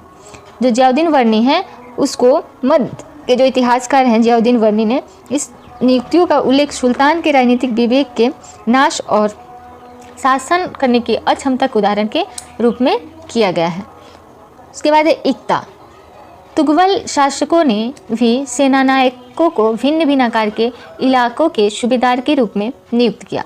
इन इलाकों को इक्ता कहा जाता है था। जो ये इलाका था उसको क्या कहा जाता था? तो इक्ता कहा जाता था।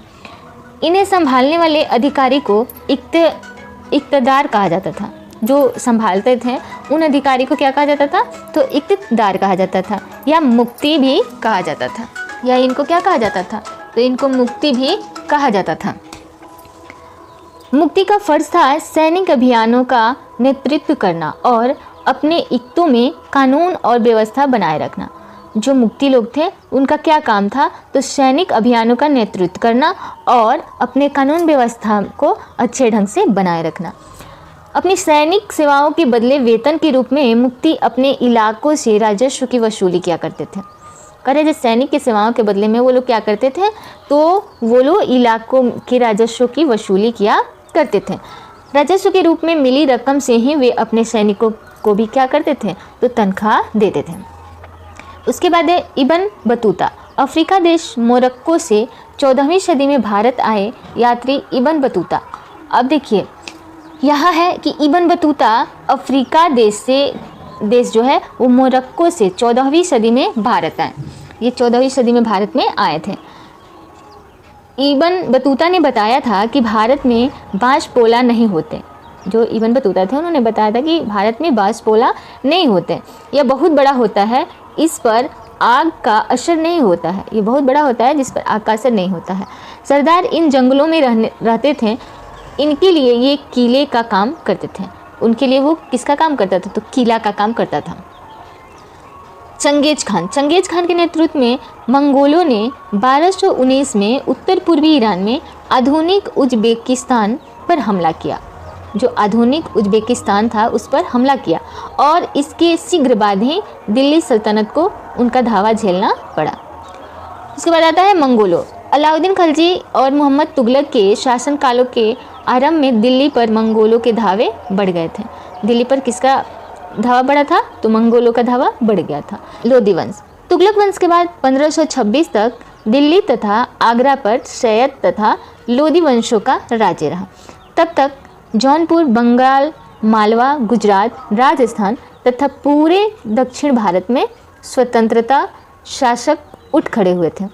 जो स्वतंत्र शासक थे उस समय क्या हुए? तो उठ खड़े हुए थे। उनकी राजधानियाँ समृद्ध थी। जो उनकी राजधानी थी वो समृद्ध थी और राज्य फल फूल रहे थे। इसी काल में अफगान तथा राजपूतों जैसे नए शासक समूह भी उभरे। शेरशाह सूरी 1540 से 1545 ने बिहार के एक छोटे से इलाके के प्रबंधक के रूप में काम किया। जो शेरशाह सूरी थे वो एक छोटे से इलाके में काम किए। आगे चलकर उसने हुमायूं जो 1530 से 1540 और 1555 से 1556 तक को चुनौती दी और परास्त किया। ये छोटे से प्रबंधक के रूप में काम किए, लेकिन इनका काम इतना बढ़ गया और ये इतना प्रभावशाली हो गया कि वो हुमायूं को भी क्या किए? परास्त कर दिए। यानी हुमायूं पर भी उसने धावा बोल दिया। किसने? शेरशाह सूरी ने। शेरशाह ने दिल्ली पर अधिकार करके स्वयं अपना राजवंश स्थापित किया।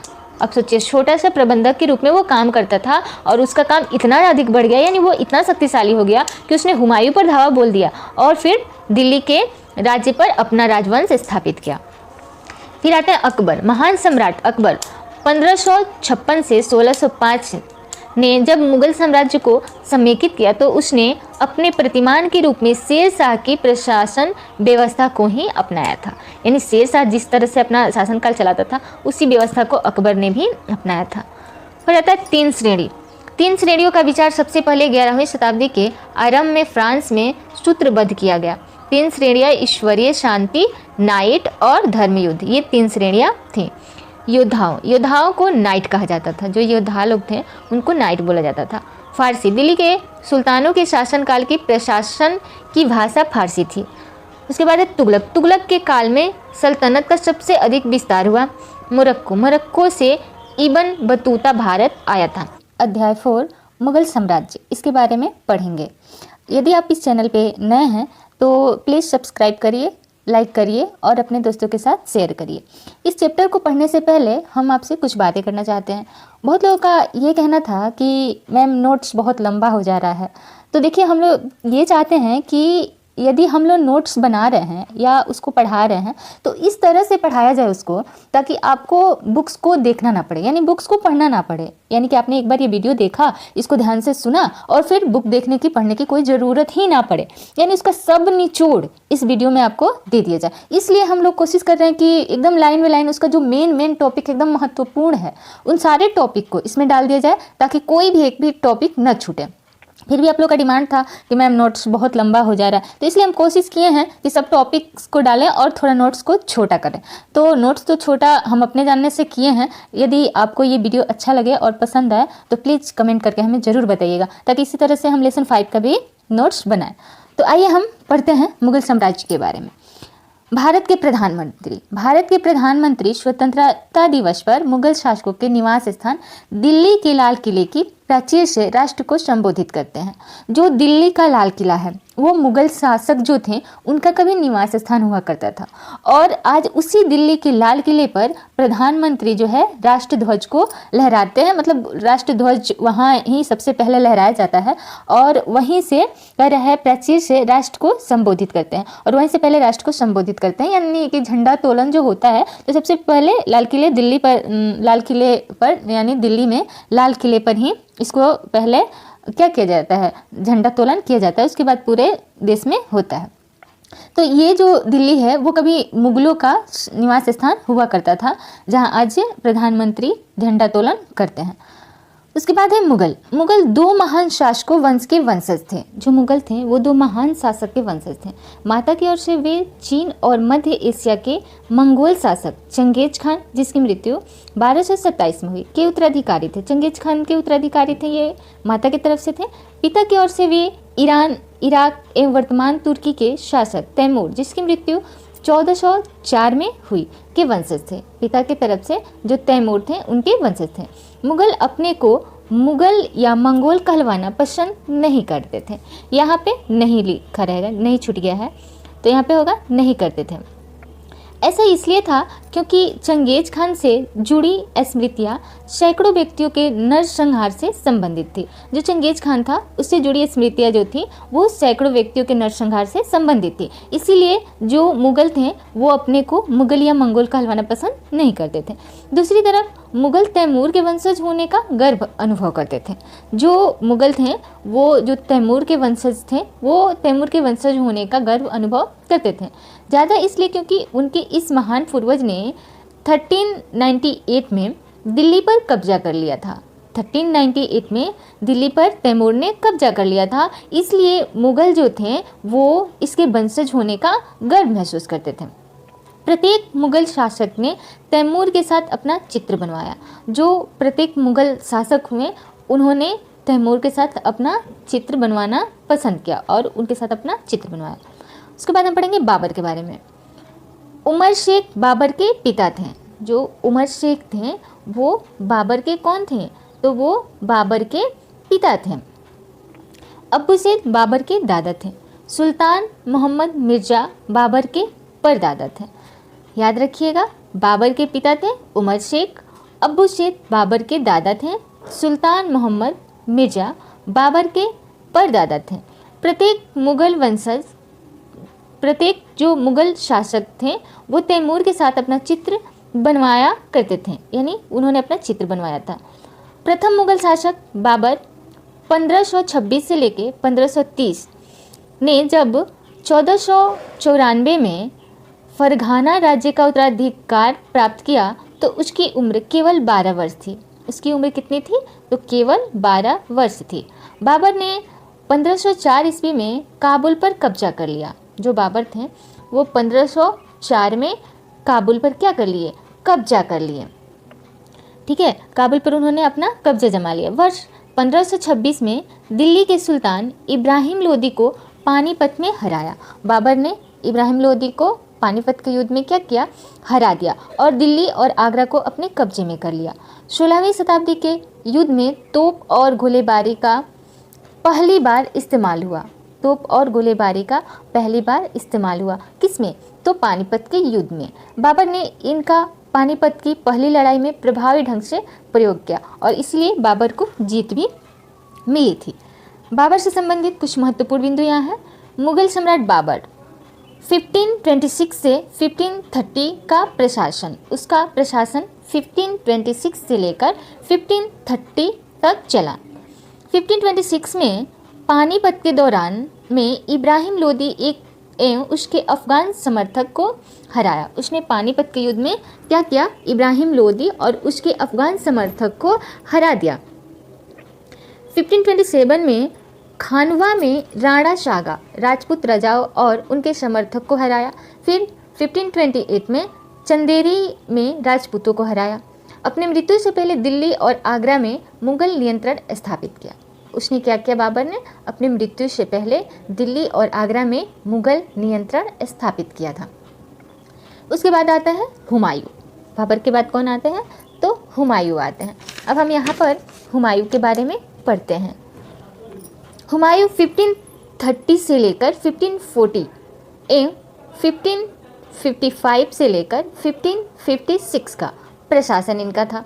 हुमायूं ने अपने पिता की वसीयत के अनुसार जायदाद का बंटवारा किया। हुमायूं ने क्या किया, जो उनका वसीयत था उसके हिसाब से जायदाद का बंटवारा कर दिया। जो पिता के वसीयत उनको मिला था उसको क्या किया उन्होंने, तो जायदाद का बंटवारा कर दिया था। अपने भाई मिर्जा कामरान की महत्वाकांक्षाओं के कारण हुमायूं अपने अफगान प्रतिद्वंदियों के सामने फीका पड़ गया, यानी उसका जो भाई था उसका साथ नहीं दिया, इसलिए वो अफगान प्रतिद्वंदियों के सामने क्या पड़ गया, फीका पड़ गया। उसके बाद पढ़ते हैं शेर खान के बारे में। शेर खान ने हुमायूं को 2 बार हराया। जो शेर खान था वो हुमायूं को 2 बार हराया था, 1539 में चौसा में और 1540 में कन्नौज में। याद रखिएगा, 2 बार हराया था शेर खान ने, किसको, तो हुमायूं को। पहली बार उसने हराया था 1539 में यानी चौसा में, और दूसरी बार 1540 में कन्नौज में। इन पराजयों ने उसे ईरान की ओर भागने को बाध्य कर दिया। जब उसमें उसको पराजय मिल गया, किसको, तो हुमायूं को, तो वह ईरान भागने को क्या हो गया, बाध्य हो गया। ईरान में हुमायूं ने सफाविद शाह की मदद ली। ईरान जाकर हुमायूं ने किसकी मदद ली, तो सफाविद शाह की मदद ली। उसने 1555 में दिल्ली पर पुनः कब्जा कर लिया। उसने क्या किया, 1555 में दिल्ली पर पुनः अपना कब्जा कर लिया, परंतु अगले वर्ष इस इमारत में एक दुर्घटना में उसकी मृत्यु हो गई, यानी हुमायूं की मृत्यु हो गई जब उसने दिल्ली पर कब्जा किया। उसी वर्ष क्या हुआ था, अगले वर्ष एक इमारत में की दुर्घटना में उसकी मृत्यु हो गई थी। उसके बाद आते हैं अकबर। अकबर का प्रशासन व्यवस्था 1556 से लेकर 1605 तक चली। 13 वर्ष की अल्पायु में अकबर सम्राट बना। किस आयु में, 13 वर्ष की आयु में। 1556 और 1570 के मध्य अकबर अपने संरक्षक बैरम खान और अपने घरेलू कर्मचारियों से स्वतंत्र हो गए। अपने घरेलू कर्मचारियों से और बैरम खान से क्या हो गए, स्वतंत्र हो गए। अकबर ने सूरी और अन्य अफगानों निकटवर्ती राज्यों मालवा और गोंडवाना तथा अपने सौतेले भाई मिर्जा हाकिम और उजबेगों के विद्रोह को दबाने के लिए सैन्य अभियान चलाए। 1568 में सिसोदियों की राजधानी चित्तौड़, जो सिसोदियों की राजधानी थी वो चित्तौड़ थी, और 1569 में रणथंभौर पर कब्जा कर लिया। 1569 में रणथंभौर पर उसने कब्जा कर लिया। अकबर के साम्राज्य का विस्तार देखते हैं यहाँ। 1570 और 1585 के मध्य अकबर के साम्राज्य का विस्तार हुआ। कब, 1570 और 1585 के मध्य में, न्याय इसके बीच में अकबर के साम्राज्य का क्या हुआ, विस्तार हुआ। अकबर सफाविदों को हराकर कंधार पर कब्जा कर लिया। उसने सफाविद जो थे उसको हराया और कंधार पर अपना कब्जा कर लिया। मिर्जा हाकिम की मृत्यु के पश्चात, उसके बाद क्या हुआ, मिर्जा हाकिम की मृत्यु हो गई। उसके पश्चात काबुल को भी अपने राज्य में मिला लिया। उसने क्या किया, काबुल को भी अपने राज्य में मिला लिया। अकबर की सत्ता राजकुमार सलीम के विद्रोहों के कारण लड़खड़ाया। जो अकबर की सत्ता चलती थी तो राजकुमार जो सलीम थे यानी जो अकबर का बेटा था उसके कारण क्या हो गया, ये डगमगाने लगा यानी लड़खड़ाने लगा। यही आगे चलकर जहांगीर बने। यही सलीम आगे चलकर जहांगीर कहलाए। सलीम ही आगे चलकर जहांगीर कहलाए थे। अब यहाँ देखिए इसने क्या किया था, तो अकबर से विद्रोह कर दिया था। इस वजह से इसकी सत्ता क्या हो गई थी, लड़खड़ाने लगी थी। यानी पिता पुत्र की लड़ाई की वजह से इसकी सत्ता लड़खड़ाने लगी थी। अब यहाँ हम जहांगीर के बारे में पढ़ते हैं। जहांगीर का प्रशासन व्यवस्था 1605 से लेकर 1627 तक चली, यानी 1605 से लेकर 1627 तक चली। जहांगीर की माँ कछवा की राजकुमारी थी। जो जहांगीर थे उनकी माँ जो थी वो कछवा की राजकुमारी थी। वह अम्बेर, वर्तमान में जयपुर है, के राजपूत शासक की पुत्री थी। वो राजपूत थी। जो जहांगीर की माँ थी वो कौन थी, तो वो राजपूत थी। यानी अकबर की बीवी जो थी वो राजपूत थी। एक अकबर की बीवी राजपूत थी जिसने सलीम को जन्म दिया, तो वो कछवा की राजकुमारी थी और वो राजपूत थी। जहांगीर ने अकबर के सैन्य अभियानों को आगे बढ़ाया। जहांगीर का जो थे वो अकबर का जो राज्य था उनको क्या किया, आगे बढ़ाए।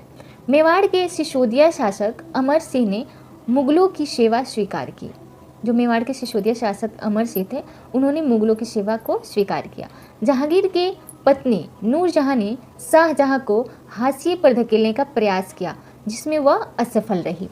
अब यहाँ जो जहांगीर थे उनकी जो शादी हुई थी तो उनसे जो शाहजहां हुए, उनके पुत्र शाहजहां हुए, वो भी एक राजपूत के ही माता के पुत्र थे। राजपुत्र थे लोग, उसकी माता जो थी वो राजपुत्र थी, उन्हीं के ये बेटे थे। और इसलिए इसी वजह से नूरजहां इनसे क्या करती थी, नफरत करती थी, जिसकी वजह से उसने इन्हें छज्जे से या जो था उस पर से धक्का देने की कोशिश किया। उसने क्या किया, उनको धक्का देने की कोशिश किया, लेकिन उसमें वो कामयाब नहीं हुई। जहांगीर के शासन के अंतिम वर्षों में राजकुमार खुर्रम जो बाद में सम्राट शाहजहां कहलाने लगे थे। अब देखिए जिस तरह से अकबर और जहांगीर का नहीं बना, विद्रोह हो गया, ठीक उसी तरह से जहांगीर का बेटा शाहजहां हुआ। और शाहजहां और अकबर में भी अकबर में नहीं, शाहजहां और जहांगीर में भी नहीं बनता था, जबकि शाहजहां और अकबर में बहुत ही अच्छा बनता था। यानी शाहजहां के दादा हो गए अकबर, तो जो अकबर थे वो शाहजहां को बहुत मानते थे और अपने ही नियंत्रण में रखकर शाहजहां को उन्होंने कुशल योद्धा बनाया था। तो अब इसके आगे हम लोग पढ़ेंगे शाहजहां के बारे में। इनका बचपन का नाम था खुर्रम। शाहजहां का प्रशासन व्यवस्था जो 1627 से लेकर 1658 तक चला। अफगान अभिजात खान जहान लोदी ने विद्रोह किया और वह पराजित हुआ। वर्ष 1657 से 58 में शाहजहां के पुत्रों के बीच उत्तराधिकार को लेकर झगड़ा शुरू हो गया। इसमें औरंगजेब की विजय हुई। अब शाहजहां के जो पुत्र थे इन लोगों में झगड़ा हुआ और इसमें विजय किसकी हुई, तो औरंगजेब की विजय हुई। और दारा शिकोह समेत 3 भाइयों को मौत के घाट उतार दिया गया। शाहजहां को उनकी शेष जिंदगी के लिए आगरा में कैद कर दिया गया। शाहजहां ने अहमदनगर के विरुद्ध अभियान चलाया जिसमें बुंदेलों की हार हुई और ओरछा पर कब्जा कर लिया गया। शाहजहां की मां एक राठौर राजकुमारी थी। मैंने आपको बताया था पहले ही कि जो शाहजहां थे उनकी भी माता एक राजपूत थी, यानी एक राजपूत कन्या थी, राजपूत वंश से थी। तो उनके पुत्र थे शाहजहां, राजपूत वंश से थी उनकी माता और उन्हीं से ये शाहजहां हुए थे। इसीलिए नूरजहां इनसे क्या करती थी, चिढ़ती थी। तो याद दिया कि शाहजहां की माँ एक राठौर राजकुमारी थी। वह मारवाड़ यानी जोधपुर के राजपूत शासक की पुत्री थी। वह राजपूत शासक की पुत्री थी। उसके बाद पढ़ते हैं औरंगजेब की प्रशासन व्यवस्था जो 1658 से लेकर 1707 तक चली, यानी 1658 से लेकर 1707 तक चली। 1663 में उत्तर पूर्व में अहोमों की पराजय हुई, परंतु उन्होंने 1680 में पुनः विद्रोह कर दिया। 1680 में उन्होंने क्या किया, पुनः विद्रोह कर दिया। मारवाड़ के राठौर राजपूतों ने मुगलों के खिलाफ विद्रोह किया। औरंगजेब ने शिवाजी का अपमान किया और शिवाजी आगरा स्थित कैदखाने से भाग निकले। 1685 में बीजापुर और 1687 में गोलकुंडा को मुगलों ने अपने राज्य में मिला लिया। मुगलों ने क्या किया, गोलकुंडा को भी अपने राज्य में मिला लिया था। उसके बाद पढ़ते हैं मनसबदार। मुगलों की सेवा में आने वाले नौकरशाह मनसबदार कहलाते थे। क्वेश्चन नंबर 1 हो सकता है कि मनसबदार कौन थे? तो मनसबदार वो थे जो मुगलों की सेवा में आने वाले नौकरशाह थे, उन्हीं को मनसबदार कहा जाता था। क्वेश्चन ऐसे भी एक बन सकता है कि मुगलों की सेवा में आने वाले नौकरशाह को क्या कहा जाता है? तो आंसर होगा मनसबदार कहा जाता है। मनसबदार में पद, वेतन, सैन्य उत्तरदायित्व निर्धारित किए जाते थे। पद और वेतन का निर्धारण जात की संख्या पर निर्भर था। अकबर के शासनकाल में 29 ऐसे मनसबदार थे जो 5000 जात की पदवी के थे। औरंगजेब के शासनकाल तक ऐसे मनसबदार की संख्या 79 हो गई थी। अकबर में कितनी थी? तो 29, और औरंगजेब तक आते आते इनकी संख्या हो गई थी 79। ऐसे मनसबदार जिनको उच्चतम पद प्राप्त था कुल 800 में से 445 ही थे। कुल मनसबदारों की एक छोटी संख्या 5.6% को ही साम्राज्य के अनुमानित राजस्व का 61.5% स्वयं उनके व उनके सवारों के वेतन के रूप में दिया जाता था। उसके बाद है जागीर। मनसबदार अपना वेतन राजस्व एकत्रित करने वाली भूमि के रूप में पाते थे, जिन्हें जागीर कहा जाता था। जिन्हें क्या कहा जाता था? जागीर कहा जाता था। यानी जो राजस्व एकत्रित होता था वही वो वेतन के रूप में पाते थे, उन्हीं को क्या कहा जाता था?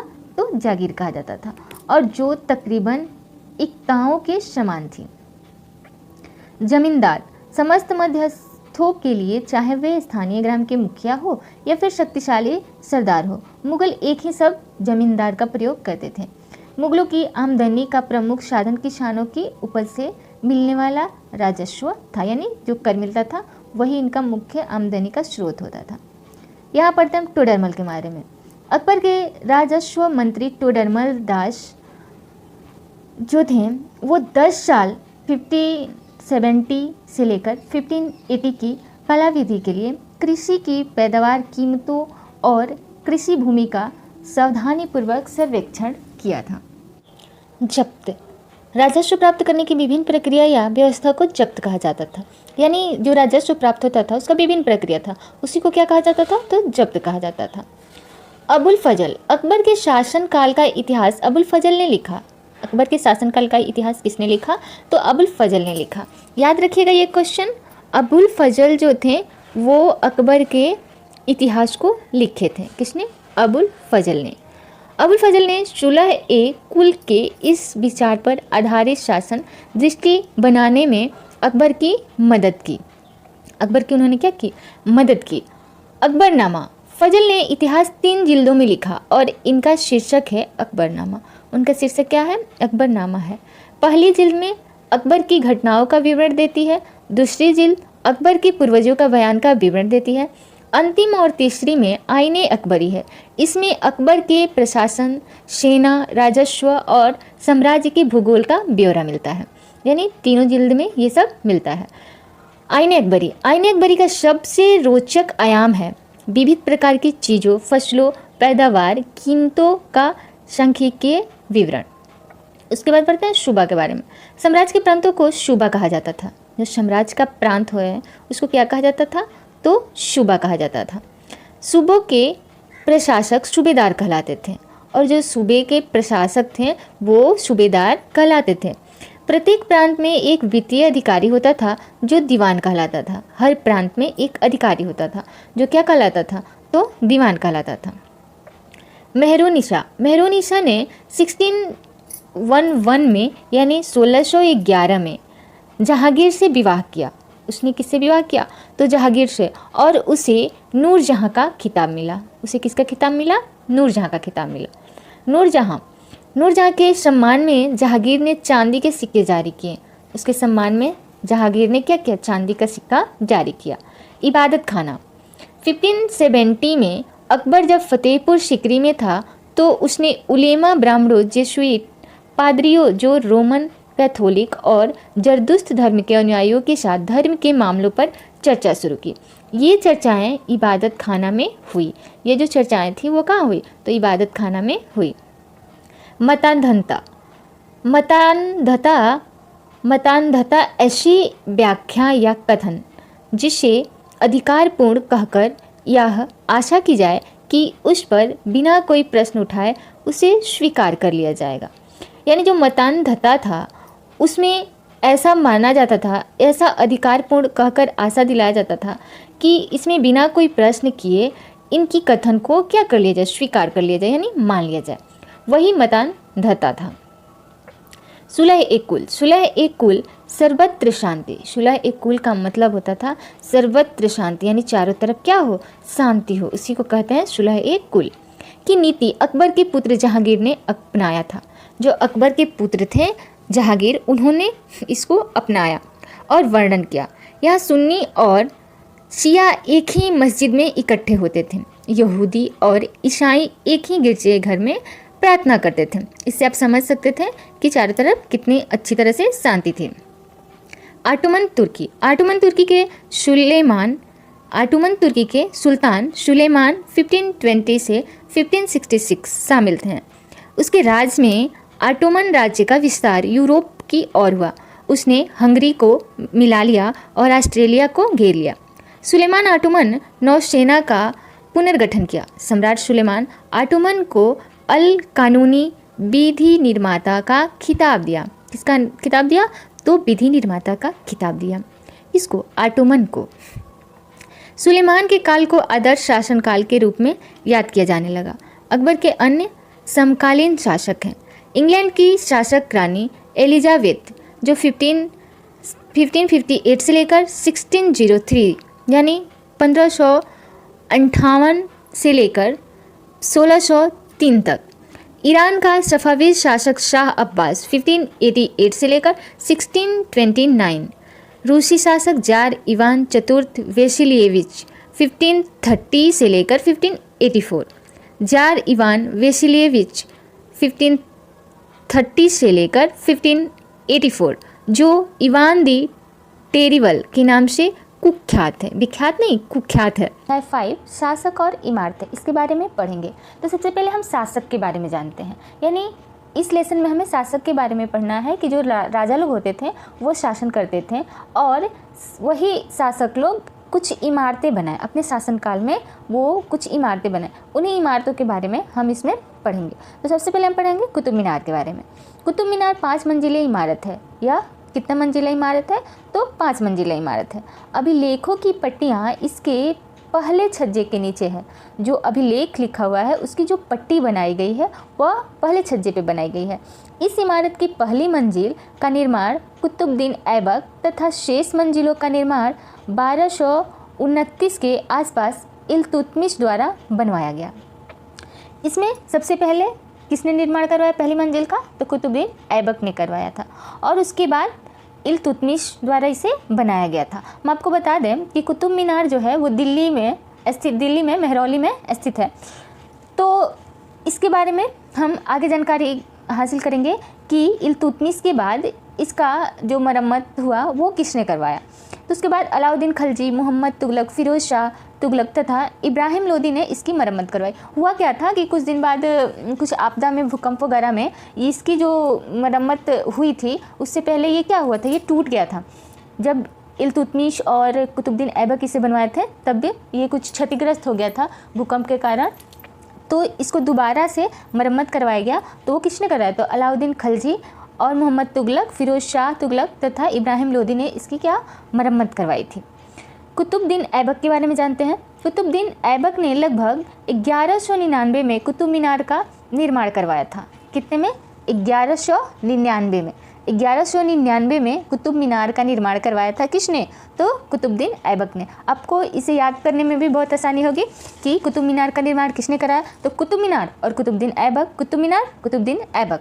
तो कुतुबुद्दीन ऐबक ने कुतुब मीनार का निर्माण करवाया 1199 में। कितना में? 1199 में। छज्जे के नीचे छोटे मेहराब तथा ज्यामितीय रूपरेखाओं द्वारा निर्मित में छज्जे के नीचे अभिलेखों की 2 पट्टियाँ दिखाई देती है। ये अभिलेख अरबी में है। जो अभिलेख उस पर लिखा गया है वो किस में है? तो वो अरबी में है। मीनार का बाहरी हिस्सा घुमावदार तथा कोणीय है। जो मीनार का बाहरी हिस्सा है वो कैसा है? घुमावदार और कोणीय है। भाई यहाँ हम आगरा किला के बारे में पढ़ते हैं। आगरा का सैर करते हैं यहाँ। अकबर द्वारा निर्मित आगरा किला के निर्माण हेतु 2000 पत्थर काटने वाले, 2000 सीमेंट व चूना बनाने वाले तथा 8000 मजदूरों की आवश्यकता पड़ी थी। किसके लिए? आगरा का किला बनाने के लिए। आगरा ही है ना जहाँ पे शाहजहाँ ने ताजमहल बनाया था। किसके लिए? तो अपनी बेगम मुमताज़ के लिए। तो उस वहीं पे आगरा में एक किला बना और इसे बनाया किसने?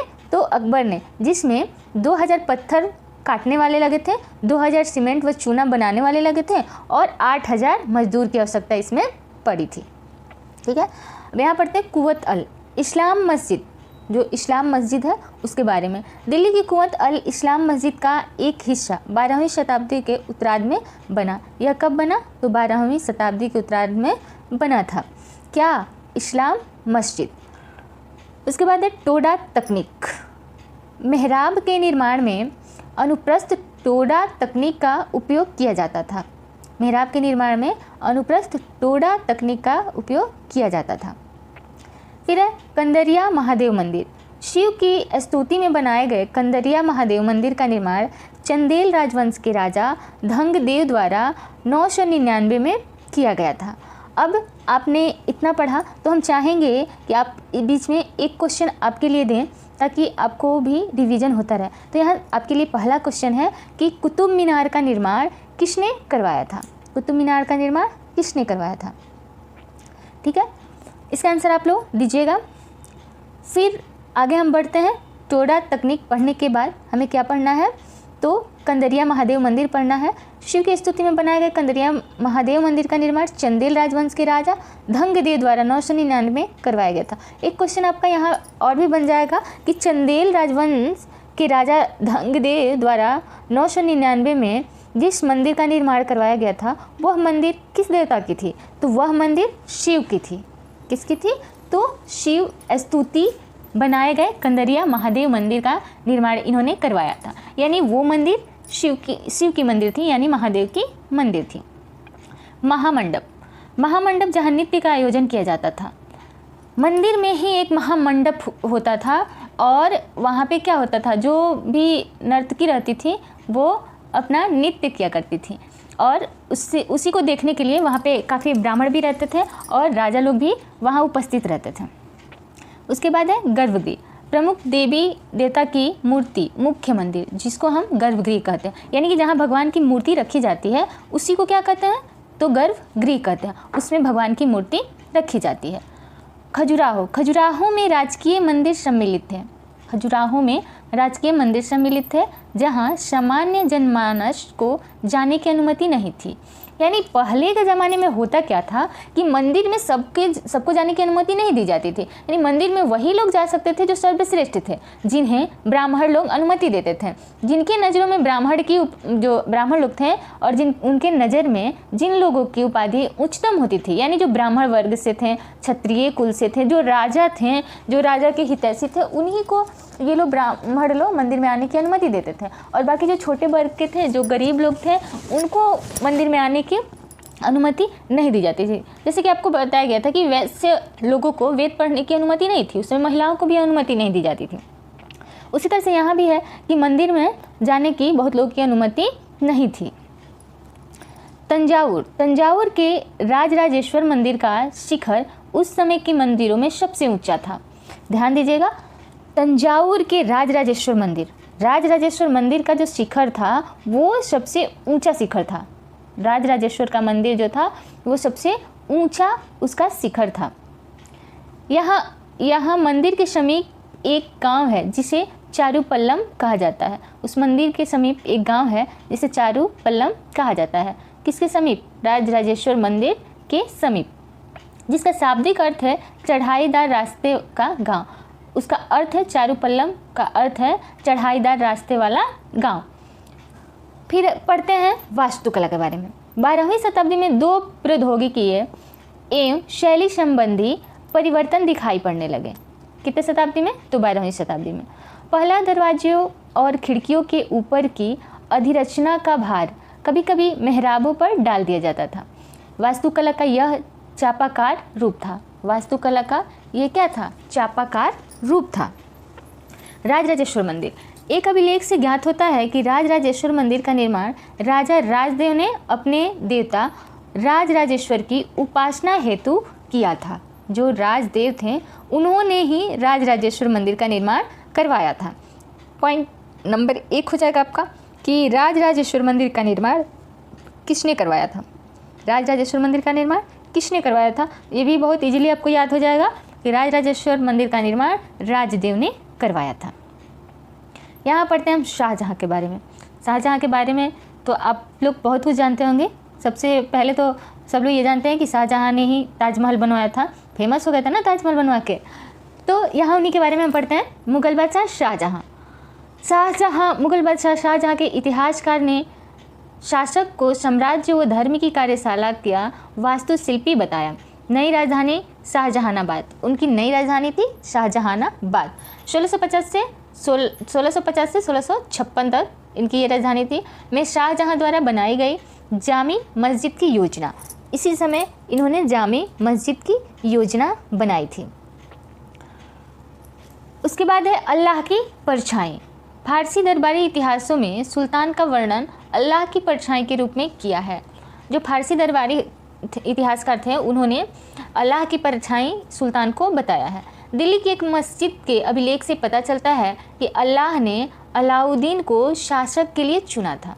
वो समझते थे कि अल्लाह ने ही अलाउद्दीन को शासन के लिए चुना है, क्योंकि उसमें अतीत के महान विविधकर्ताओं मूसा और सुलेमान की विशिष्टताएं मौजूद थी। मूसा और सुल्तान की विशिष्टताएं इसमें मौजूद थी, इसीलिए लोग समझते थे कि ये अल्लाह की परछाई हैं। फारसी शब्द आबाद और आबादी आब शब्द से निकले हैं। जो फारसी शब्द है वो आबाद और आबादी आब शब्द से निकला है, जिसका अर्थ है पानी। जिसका अर्थ क्या है? पानी। आबादी शब्द उस जगह के लिए इस्तेमाल होता है जहाँ बसावट हो। आबादी शब्द उस जगह के लिए होता है जहाँ बसावट हो, यानी जहाँ ज़्यादा लोग हैं उसी जगह को क्या कहा जाता है? आबादी कहा जाता है। इसका एक अन्य अर्थ खुशहाली भी है। आबादी का अर्थ जनसंख्या एवं समृद्धि दोनों ही है। आबादी का अर्थ जनसंख्या और समृद्धि दोनों ही है। उसके बाद है सुल्तान इल्तुतमिश। सुल्तान इल्तुतमिश ने देहली ए कोहना के एक कदम निकट एक विशाल तालाब का निर्माण करके व्यापक सम्मान प्राप्त किया। उसने देहली ए कोहना के एकदम निकट एक विशाल तालाब का निर्माण करके एक अच्छे सा अपना व्यापक सम्मान प्राप्त किया था। इस विशाल जलाशय को हौज ए सुल्तानी अथवा राजा का तालाब कहा जाता था।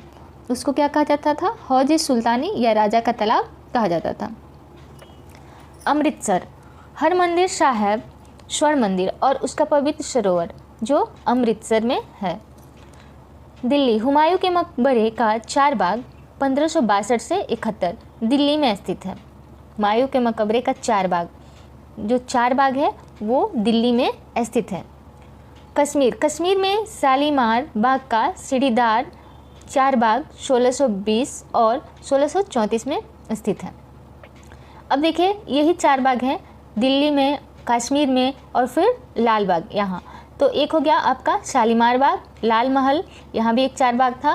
फिर से हुमायूं के मकबरे के पास भी एक चार बाग था। अब चार बाग का अर्थ क्या होता है सबसे पहले हम ये जानेंगे। यानी क्या होता था ना कि चार बराबर हिस्सों में उसको बांट दिया जाता था।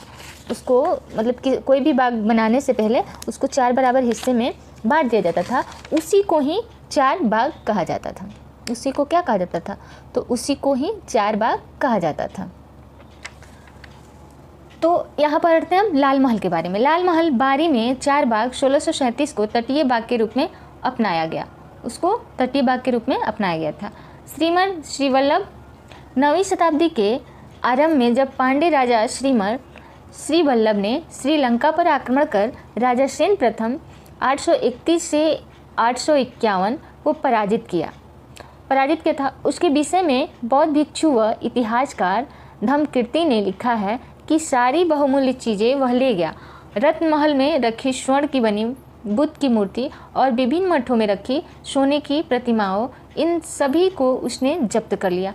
इन सभी को उसने क्या कर लिया? जब्त कर लिया। सेन द्वितीय, सिहली शासक सेन द्वितीय ने अपने सेनापति को पांड्यों की राजधानी मदुरई पर आक्रमण करने का आदेश दिया। मदुरई पर उसने क्या किया? आक्रमण करने का आदेश कर दिया। बौद्ध इतिहासकार ने लिखा है कि इस अभियान में बुद्ध की स्वर्ण मूर्ति को ढूंढ निकालने तथा वापस लाने हेतु महत्वपूर्ण प्रयास किए गए। उस समय बुद्ध का जो स्वर्ण मंदिर था उसको लाने के लिए ये लोग बहुत महत्वपूर्ण कार्य किए थे। राजेंद्र प्रथम, चोल राजा राजेंद्र प्रथम ने अपनी राजधानी में शिव मंदिर का निर्माण करवाया था, तो उसने पराजित शासकों से जब्त की गई उत्कृष्ट प्रतिमाओं से इसे भर दिया। जो उसने जब्त किया था उससे वो क्या किया? भर दिया था। किसको? तो शिव मंदिर को। गजनी का सुल्तान मोहम्मद राजेंद्र प्रथम का समकालीन था।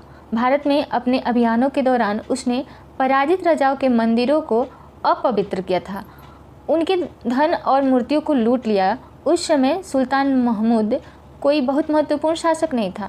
उस समय जो सुल्तान महमूद था वो कोई भी बहुत महत्वपूर्ण शासक नहीं था, लेकिन मंदिरों को नष्ट करने, खास तौर से सोमनाथ मंदिर, उसने एक इस्लामी योद्धा के रूप में श्रेय प्राप्त करने का प्रयास किया। उसने क्या किया कि जितने मंदिर थे उस मंदिरों को लूट लिया, लूट कर अपना बहुत बड़ा शासक बनने का श्रेय ढूंढना चाहता था। तो उसमें सबसे जो महत्वपूर्ण मंदिर था वो सोमनाथ मंदिर था। उसको उसने लूटा और लूटने के बाद एक बहुत ही महत्वपूर्ण योद्धा के रूप में अपना श्रेय हासिल कर लिया।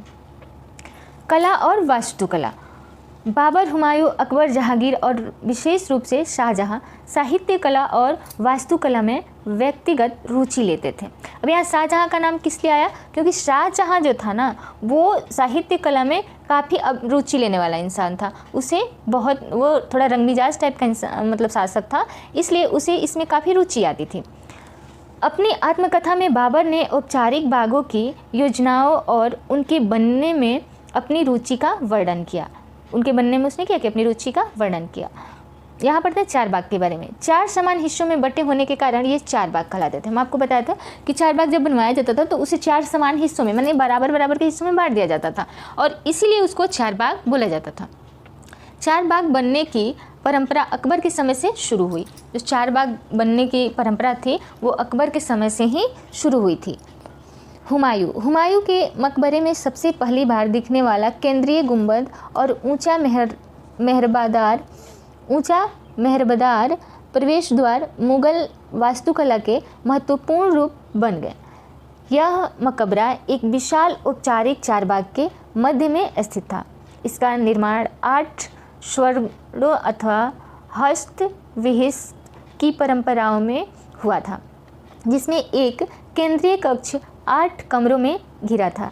इस इमारत का निर्माण लाल बलुआ पत्थर से हुआ था तथा इसके किनारे सफ़ेद संगमरमर से बने थे। जो इसके किनारे थे वो किसके बने थे? तो सफ़ेद संगमरमर के बने हुए थे। छज्जा। दिल्ली के दीवाने आम में सिंहासन का छज्जा का निर्माण 1648 में पूरा किया गया था। शाहजहां के सभा भवन विशेष रूप से मस्जिद से मिलते जुलते बनाए गए थे। जो उनका भवन था वो मस्जिद से मिलता जुलता बनाया गया था। उसका सिंहासन जिस मंच पर रखा था उसे प्रायः किबला यानी निजाम के दौरान मुसलमानों के सामने की दिशा, उसी को किबला बोला जाता है, को कहा जाता है।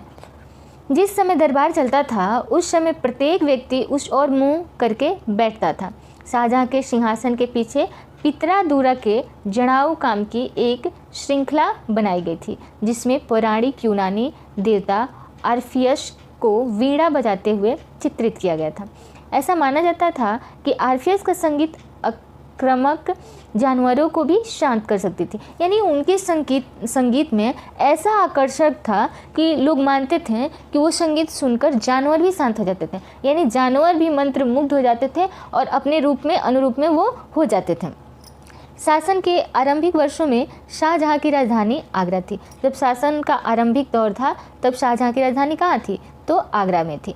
अब यहाँ पितरादूरा का वर्णन हुआ था शाहजहां जब हम लोग पढ़ रहे थे इस टॉपिक में। तो पितरादूरा कहते किसको हैं? यहाँ इसको जानते हैं। पितरादूरा उत्कीर्णक संगमरमर अथवा बलुआ पत्थर पर रंगीन ठोस पत्थरों को दबाकर बनाए गए सुंदर तथा अलंकृत नमूना, यानी एक ऐसा नमूना होता था जो बलुआ पत्थर पर दबाकर इसको बनाया जाता था। ठोस पत्थरों को दबाकर बनाए गए सुंदर तथा अलंकृत ये होता था जो बलुआ पत्थर पर, रंगीन बलुआ पत्थर पर होता था। उसके बाद है ताजमहल। आगरा का ताजमहल जिसका निर्माण 1943 में पूरा हुआ। ताजमहल सफ़ेद संगमरमर का मकबरा नदी तट के एक चबूतरे तथा बाग दक्षिण में बनवाया गया था। इसे जो है ताजमहल को ये नदी तट के पास में इसको बनवाया गया था। अब यहाँ पढ़ते हैं शाहजहानाबाद को। दिल्ली में शाहजहानाबाद में शाहजहां ने एक नया शहर निर्मित करवाया, उसमें शाही महल नदी पर स्थित था। बंगला गुंबद, मुगलों को बंगला गुंबद इतना पसंद आया था कि उन्होंने अपनी वास्तुकला में इसका प्रयोग किया था। फतेहपुर सीकरी, जब आप आगरा जाएंगे तो वहीं फतेहपुर सीकरी भी आपको जाने को मिलेगा। तो यहाँ अकबर की राजधानी फतेहपुर सीकरी की कई इमारतों पर गुजरात व मालवा की वास्तुकलात्मक शैलियों का प्रभाव दिखता है। फिर है वृंदावन। वृंदावन ये आप लोग आगरा, फिर फतेहपुर सीकरी, वृंदावन, ये सब मतलब वहीं पर कुछ दूरी पर बसा हुआ है। वृंदावन पढ़ते हैं। वृंदावन में गोविंद देव के मंदिर का अंदरूनी भाग 1590 इस मंदिर का निर्माण लाल बलुआ पत्थर में हुआ था। वास्तुकला की यह शैली उत्तर पूर्वी ईरान खरासान से आई और फतेहपुर सीकरी में इसका प्रयोग किया गया था। इसका प्रयोग कहाँ किया गया था? तो फतेहपुर सीकरी में किया गया था। जोधाबाई महल, इधर ही जोधाबाई महल भी है। तो फतेहपुर सीकरी में जोधाबाई महल में छत के विस्तार को संभालते अलंकृत स्तंभ तथा टेक ये गुजरात क्षेत्र की वास्तुकला परंपराओं से प्रभावित है। वहाँ जोधाबाई का महल भी है फतेहपुर सीकरी में। फतेहपुर सीकरी में किसका महल है? तो जोधाबाई का महल है। गोथिक, 12वीं शताब्दी में फ्रांस में आरंभिक भवनों की तुलना में अधिक ऊंचे व हल्के चर्चों के निर्माण के प्रयास शुरू हुए। वास्तुकला की यह शैली गोथिक नाम से जानी जाती है। ये वास्तुकला की एक शैली है जिसको किस नाम से जाना जाता है? तो गोथिक नाम से जाना जाता है। एक क्वेश्चन यहाँ बन सकता है कि गोथिक किसको कहते हैं या गोथिक क्या है? तो ये एक वास्तुकला है या क्या है? एक वास्तुकला की शैली है जिसे हम गोथिक कहते हैं। या एक क्वेश्चन ऐसे भी इसको बना सकते हैं, वास्तुकला के शैली को किस नाम से जाना जाता है? तो आंसर हो जाएगा गोथिक नाम से जाना जाता है। पेरिस का नॉट्रेडम चर्च, पेरिस का नॉट्रेडम चर्च वास्तुकलात्मक शैली के सर्वोत्कृष्ट ज्ञात उदाहरणों में से एक पेरिस का नॉट्रेडम चर्च है। 12वीं और 13वीं शताब्दी के कई दशकों में इसका निर्माण हुआ है। तो आपके लिए लास्ट में एक क्वेश्चन है कि जोधाबाई का महल कहाँ स्थित है? जोधाबाई का महल कहाँ स्थित है? तो आज इस वीडियो में बस इतना ही। फिर मिलते हैं एक नए वीडियो के साथ। तब तक के लिए देखते रहें, बने रहें हिंदी क्लब पर। धन्यवाद।